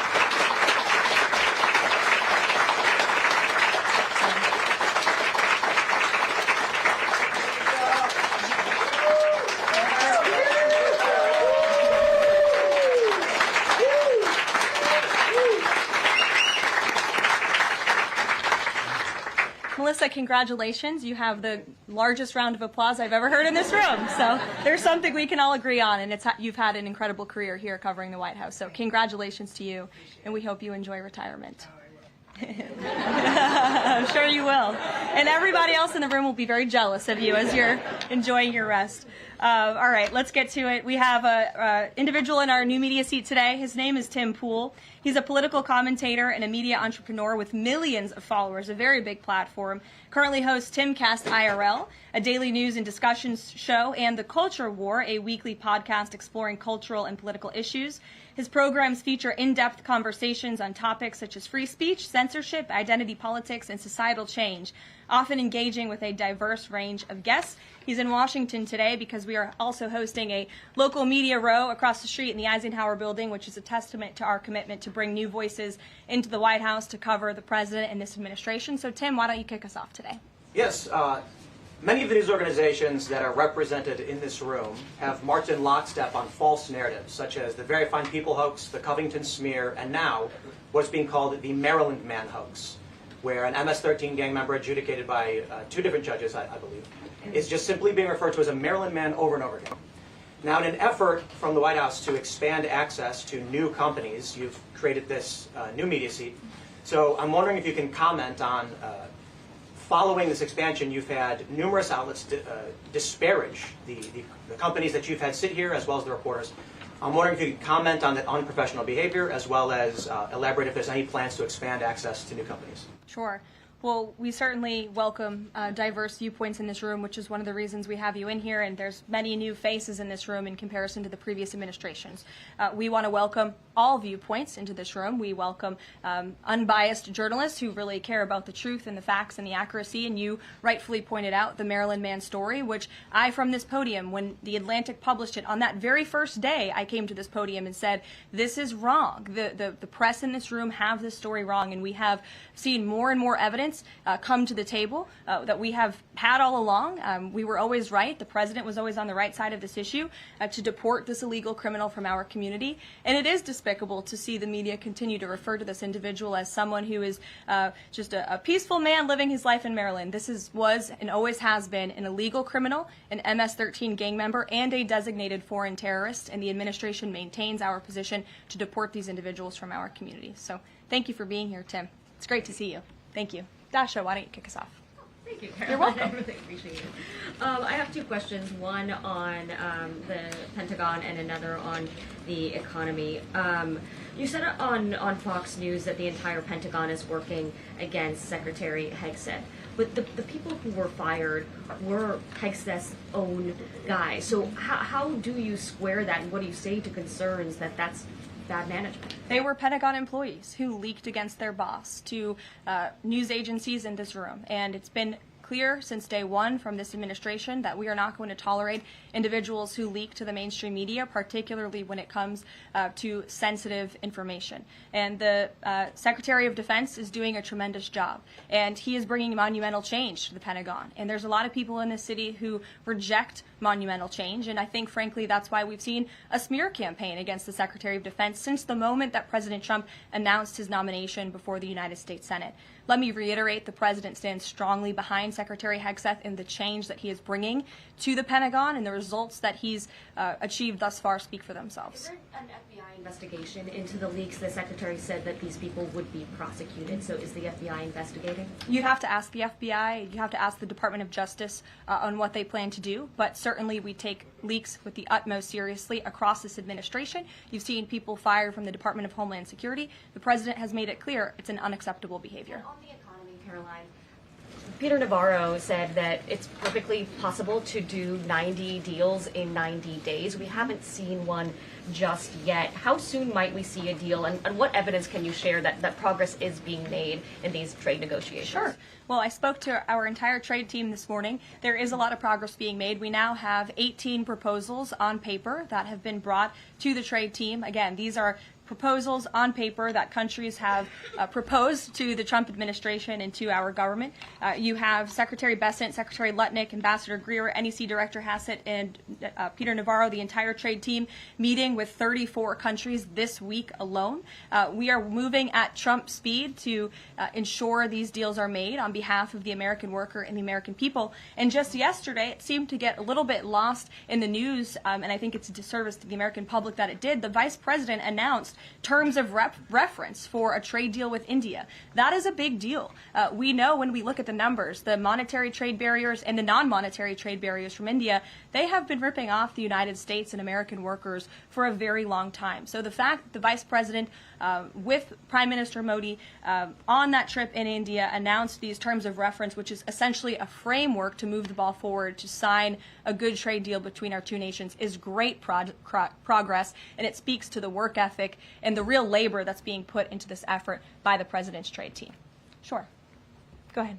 The proposals that you talk about, is that enough to extend the pauses on these reciprocal tariffs, or does the President need to see, these deals inked and signed to offer any sort of additional extension beyond the 90 days? Well, look, ask me in July when the deadline hits. I know I'll be answering those questions from all of you in this room. There's a lot of time left, and the President's trade team is working, again, at Trump speed as quickly as they can to ensure that these deals can be made. Are any of those conversations yet with China happening? I actually do have something to share on that. I asked the President about this before coming out here, and he wanted me to share with all of you that we're doing very well in respect to a potential trade deal with China. As I mentioned, there have now been 18 proposals in more than 100 countries around the world who are wanting to make a deal with the United States of America, and the President and the administration are setting the stage for a deal with China. So we feel everyone involved wants to see a trade deal happen, and the ball is moving in the right direction. Sure. Setting the stage for a deal with China, what does that mean? Has the President spoken directly with Xi yet? I don't have anything to read out on a direct talk between the President and President Xi, but we will continue to keep you updated. And Secretary Bessent reportedly today told investors that the trade standoff with China he expects will be de-escalating soon because, as he described it, reportedly the situation is unsustainable. Is the President considering taking steps to de-escalate the situation with China? Again, I just read you words directly from the President of the United States. Those are moments ago. That's where his head is at right now. Sure. Caroline, I have two questions, one on immigration and one on China. First on immigration. Roughly how many illegal immigrants and aliens do we have in our country, and how many does the administration plan on deporting? Sure. Well, you'd have to ask the Department of Homeland Security for a specific number, but we suspect it's definitely in the millions, perhaps upwards of 20 million people that were allowed into the country illegally by the previous administration. And the President and his team are focused on deporting as many as we possibly can, and they are moving as quickly as possible. The President's team has made it clear we need more funding from Congress to do more. We need more ICE agents out on the ground doing this very important work. And we also need rogue district court judges to stop acting as judicial activists, trying to block the administration from deporting illegal criminals from our nation's interior. The American public elected the President to do this, and he's following through with that promise. And we have over 250,000 Chinese nationals in our country right now on student visas. Does the administration believe there's any national security concern when it comes to those over 250,000 Chinese nationals in our country? Well, as you know, when it comes to foreign visas, the Secretary of State has the right to revoke visas of those who we feel are acting in a adversarial way to our foreign policy interests here in the United States. He has that authority according to the Immigration and Nationality Act. So I would defer you to the State Department for any individual case, but they are looking at individuals who are given the privilege of being on a visa in our country, and if they are acting, again, adversarial to our foreign policy interests, their visa can be revoked, and they should be aware of that. Sure. Go ahead. Yes. I'm calling on you. Thank you, Caroline. You're welcome. Over the last few weeks, several countries have warned their citizens about travel to the U.S., and the Department of Commerce's own stats know that show that from a lot of countries, the number of visitors is falling. Does the White House have any message for people that might be reconsidering business or tourism travel to the U.S.? Where did you see that report? With the statistics coming from the Department of Commerce. Said what? It's hard to hear you. Sorry. That visitors from a lot of countries have fallen from a lot of countries have fallen in the last 3 months? I'd have to look at that report to comment on the merits of it. I think most people around the world recognize the United States of America is a great place to do business. It's a beautiful place to visit, and they should certainly come here because it's a much safer country than it was 4 years ago under the previous president. Libby, good to see you. A question about this upcoming announcement from HHS to ban food dyes. During the first week of the administration, the FDA announced that it's pulling its plan to ban menthol cigarettes. So 2 questions for you. How do you square a ban on menthol cigarettes being pulled and then announcing this ban on food dyes? And then how does the president feel about this upcoming ban that RFK is going to announce? Sure. Well, look, the Secretary of Health and Human Services, the president nominated him because he trusts him to make this country healthy again. It's not just a slogan. It really is a movement that has broken ground across the country. There's millions of people who believe in RFK Jr., Secretary Kennedy, and what he's doing. I don't want to get ahead of HHS with this historic announcement later and the details of it, but obviously the Secretary feels that he has reason and evidence to announce the ban on artificial dyes later, and I'll let him speak to that this afternoon. Phil. The president started the process of reclassifying more than 50,000 federal employees as Schedule F. We've already seen him march through a number of government agencies. I'm curious, should we expect mass firings, or is this a case-by-case approach, a scalpel or a sledgehammer? Well, look, as you saw on Friday, the president put out a statement about it. The Office of Personnel Management reclassified workers. They're now called Schedule Policy/Career. And all the president is trying to do is ensure that federal workers are being held accountable for corrupt behavior. If they are engaging in corruption as a government worker, they should no longer have their job. I think that's pretty common sense. He also believes that bureaucrats should be acting in accordance to the will of the American public, who duly elected this president. Not just this president, but all future presidents. If you work for the government, you should be adhering to the will of the American public and advancing the administration's goals and interests. And if you are not doing that, then you should go find another job whose interests you align with. So as for specific firings, I would defer you to the specific agencies, but the president in this move and Office of Personnel Management, it will make it easier to get rid of rogue bureaucrats who are engaging in corruption. And then another quick question about Sure. Google, real quick. A federal court ruled last Thursday that Google's dominance of online advertising and ad tech markets violated U.S. antitrust laws. I know the president has spoken to a number of folks in big tech, and Google's CEO was even at his inauguration. I'm curious, what is the president's reaction to that court ruling? I'll have to ask him, and I'll get back to you, Phil. Thank you, Caroline. You're welcome. John. Thanks a lot, Caroline. Some economic questions for you. Kevin Hassett has been a key economic advisor to the president in both of his terms. In 2022... And he still is. And he still is. He was just in my office. Absolutely. In 2022, he said that the independence of the Fed is super important. That's a direct quote. Is that something that the president subscribes to? Does he still believe in the independence of the Federal Reserve? Well, look, I think the president has made his position on the Fed and on Powell quite clear. The president believes that they have been making moves and taking action in the name of politics rather in the name of what's right for the American economy. The president has the right to express his displeasure with the Fed, and he has the right to say he believes interest rates should be lower. He believes Americans should be able to borrow money cheaper than they currently are right now. And I also spoke to Kevin Hassett about the Fed as well, and he has called into question the Fed's independence and whether they are actually doing things, again, out of the best interest of the economy, or are they doing it for partisan reasons. The president wants to see interest rates lower. He has made that quite clear. We've also seen, if I may, I'm sorry, one more, Caroline, just about, I said 2 economic questions, about the dollar. We've seen the dollar at multi-year lows versus the euro and other currencies around the world. Is it the administration's policy for a strong dollar? How does it view the dollar versus other currencies around the world? The president wants to see the dollar remain as the world's reserve currency for our long-term fiscal stability and our economic growth. He's been quite clear about that. Sure.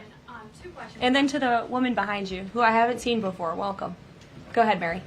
Earth Day and then the Supreme Court, if that's okay. That's right. It's Earth Day. Yes. Happy Earth Day, everyone. I saw the president truthing about the garbage pileup from China in the Pacific, and then I believe Lee Zeldin is headed to San Diego to investigate the pile of sewage from Mexico. Can you speak to what the White House has planned for Earth Day and anything in that arena? Sure. I do have points from the EPA. Administrator Zeldin's doing a fantastic job, and they are always sharing their accomplishments with the White House, which we very much appreciate. He will be traveling. I believe he's in California today for sewage situation. Here you go. Administrator Zeldin met with his Mexican counterpart to discuss steps Mexico needs to take to ensure the water entering the United States is clean and safe. And he's holding a press conference in San Diego today with elected officials and local stakeholders on the Tijuana River sewage crisis. I would also add from the president himself, he has always maintained he wants America to have the cleanest air and the cleanest water. And we want to do what's right for our environment and for our earth. And a lot of that is making sure that we have clean and sustainable energy, and we know that we produce natural gas cleaner and more efficiently than any country in this world, and the president wants to see that continue. Thank you. And then on the Supreme Court, I know the court is hearing a case dealing with parents who don't want their kids having to read gender ideology books in schools. Can you comment on that case and what the Trump administration hopes to see come from that? Sure. We hope the Supreme Court will do the right thing, and the president has been very clear. He stands on the side of parental rights, and he believes strongly that parents should have a greater say in their children's education and the content, if you will, that children are being exposed to in our public school system. Sure. Go ahead. Caroline, thank you. Hi. I'm Carolina Lumetta with World News Group. The administration ended some temporary protections for Afghans, including several hundred Christians who have been punished by the Taliban. Is the president considering any exceptions for Afghans who could face death or torture if they return to their home country? So let's just be clear about one thing. We didn't end that proactively. It expired, and it's because the previous administration illegally paroled millions of people, or hundreds of thousands of people, into the country, and then gave them temporary protective status, which again is a temporary status. It's not a permanent status in this country. And if there are individuals here who came in through the Biden administration who want to claim asylum, there is a legal process to do that, and those cases will be adjudicated by a judge on a case-by-case basis. We have a legal immigration process in this country for a reason, and all this administration is trying to do is effectuate that. Reagan. Thank you, Caroline. I have two questions for you Sure. on immigration. March deportation numbers were down slightly from the same time period last year. SCOTUS recently ordered a pause on deporting turned-day Iraq members with the Alien Enemies Act. I'm curious what other tools the administration is looking at to boost those deportation numbers. Sure. Well, we are obviously complying with the court's order. However, it was a temporary pause. The Supreme Court basically said, sit tight, and they will follow up with an order, and we're confident that the Supreme Court will rule on the side of law and recognize the president absolutely has the executive authority to deport foreign terrorists from our nation's interior under the Alien Enemies Act.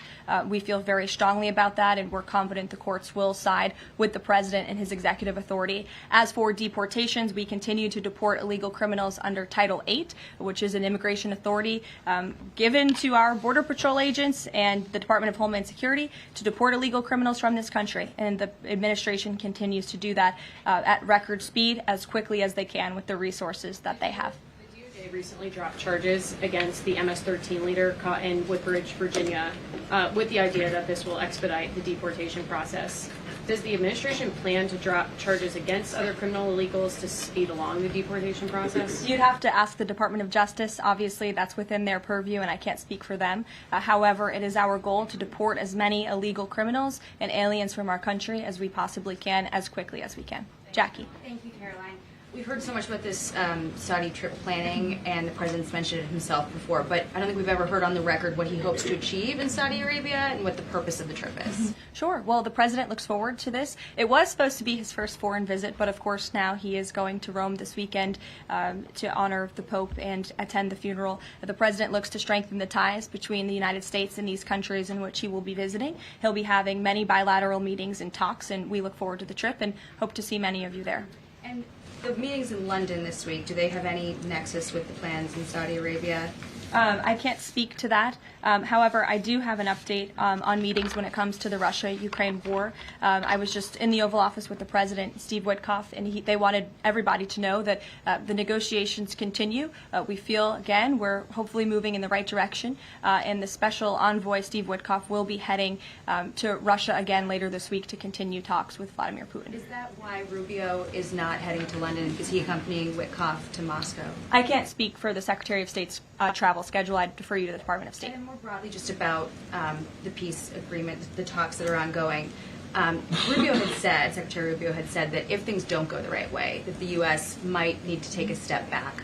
What does stepping back look like? Is that a step back from brokering peace, or would that imply a broader withdrawal from U.S. support for Ukraine and the war?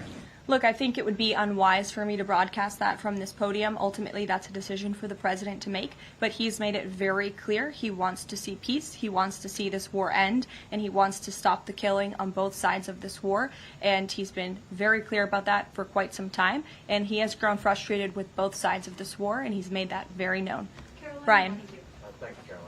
Last week, the president talked about nonprofit groups, specifically taking on crew, and he hinted that there could be further actions taken against nonprofits. Does the White House have any plans for any sort of actions against NGOs, nonprofits, or other similar groups? Is any of that coming up? Is that being worked on at this time? I'll have to check in with our policy team and get back to you. Sure. Thank you, Caroline. Travis Gilmore with the Epoch Times. Are some colleges using taxpayer funds to further political agendas? And what is the administration's response to Harvard's lawsuit? Sure. Well, the president has made it quite clear that it's Harvard who has put themselves in the position to lose their own funding by not obeying federal law. And we expect all colleges and universities who are receiving taxpayer funds to abide by federal law. It's quite simple. And the president made it clear he's not going to tolerate violations of federal law. He's not going to tolerate illegal harassment and violence towards Jewish American students or students of any faith on our campuses across the country. And so we will be responding to the lawsuit in court. And again, it's quite simple. If you want federal dollars, obey federal law. And just a quickly follow up on China.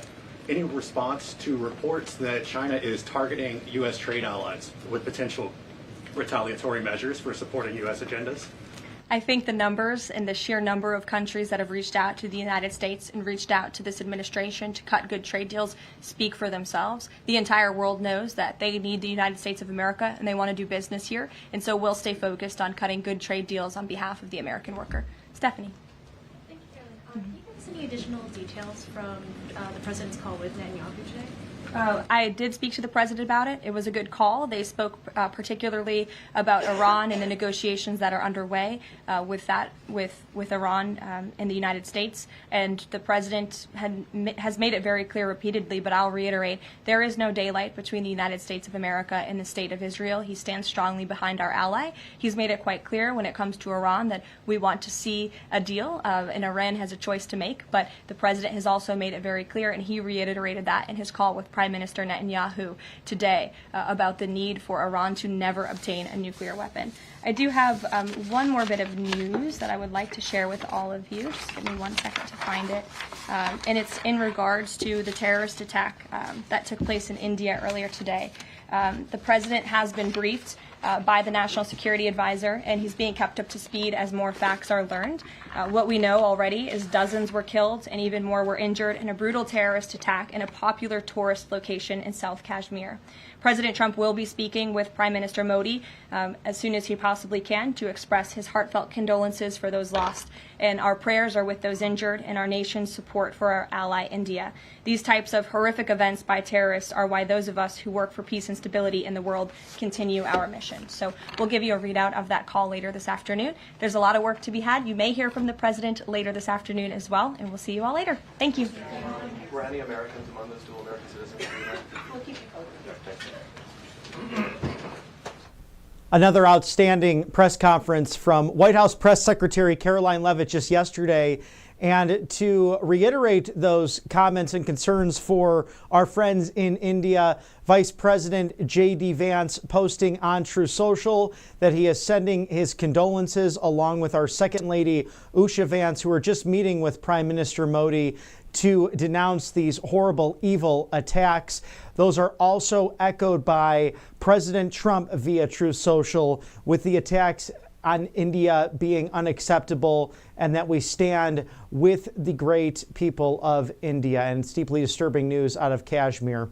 So President Trump reiterating our great alliance as Vice President J.D. Vance just met with Prime Minister Modi to renegotiate multiple trade deals and bilateral agreements that are crucial in this day and age, with some other breaking news today that the Chinese and the Egyptians are doing joint lateral air tests and missions. So their air forces combining. It's a scary world out there. The Houthis are still striking the northern part of Israel, as well as President Trump has remained committed to the state of Israel, our dearest friends in the region. This is not child's play. This is meant for someone who is not an autopen, but rather a great leader, and the 47th Commander-in-Chief is just that. It's an honor to cover all of this information for you here with the latest news from the Trump White House on the right side of history. Thank you to our sponsors at RSBN, Colonial Metals Group. Paul Stone and his team hope to have you shield your savings as soon as possible, so scan that QR code now. They have all the information that you need at freegoldguide.com/RSBN. Yes, that is freegoldguide.com/RSBN. Make sure that you do that today. Do not delay. Angelpaste.com. Thank you to the Miracle Cream that's changing people's lives on a daily basis. Vitamin B infused, along with their other incredible all-natural products, non-GMO, no chemicals, Christian-owned. They hire veterans, and they're based in the Lone Star State of Spring, Texas, a great city just outside of Houston. Experience that miracle today, angelpaste.com. And thank you to Mr. Mike Lindell, mypillow.com/RSBN, introducing the next generation of energy drink. Save up to 30% on Rev 7. If you have those crashes from other energy drinks, or you just don't like coffee or the caffeine that comes out of those sodas, then this is the best way to substitute that. mypillow.com/RSBN. Save up to 30% on Rev 7. Thank you, Mr. Mike Lindell, for sponsoring us here at Right Side Broadcasting Network. Stay here for all America First news. As you see, again, that Rembrandt or even Norman Rockwell-esque painting. Oh, no, that's actually a live photo from the city of Auburn.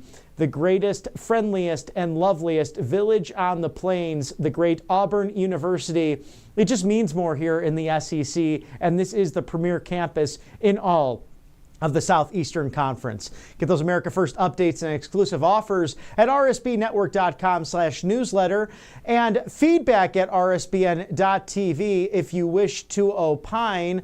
Also, if you would like to donate to our citizen journalism outlet here at Right Side Broadcasting Network, committed to being your go-to live desk, text RSBN to 801-801. Visit rsbnetwork.com/donate. Thank you for standing on the right side of history, as we will always stand with you, the great American people. Happy Easter Wednesday as we continue to celebrate and mourn the passing of His Holiness Pope Francis.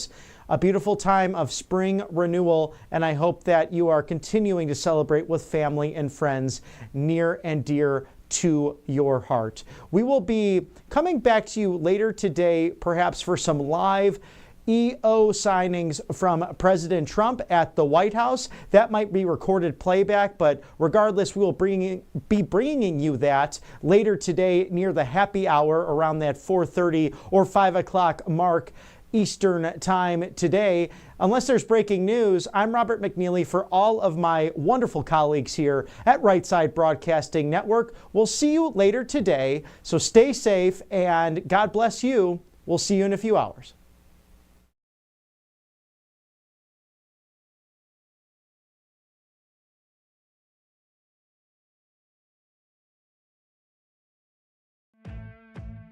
Welcome to Right Side Broadcasting Network, your trusted conservative news outlet. At RSBN, we deliver the truth when the mainstream media falls short. Since 2015, we've proudly broadcasted every single one of President Trump's iconic MAGA rallies, bringing you the excitement and energy live before anyone else. By watching RSBN, you get an unfiltered front row view of the action on the ground. We interview the crowds to give a voice to millions of Americans just like you. We show you President Trump's speeches in their entirety, free from interruptions and censorship. We cover the stories that matter to you with the integrity and passion you deserve. Thank you for choosing RSBN as your home for America First news. Together, we stand strong, united, and informed. So join us and be part of the right side of history.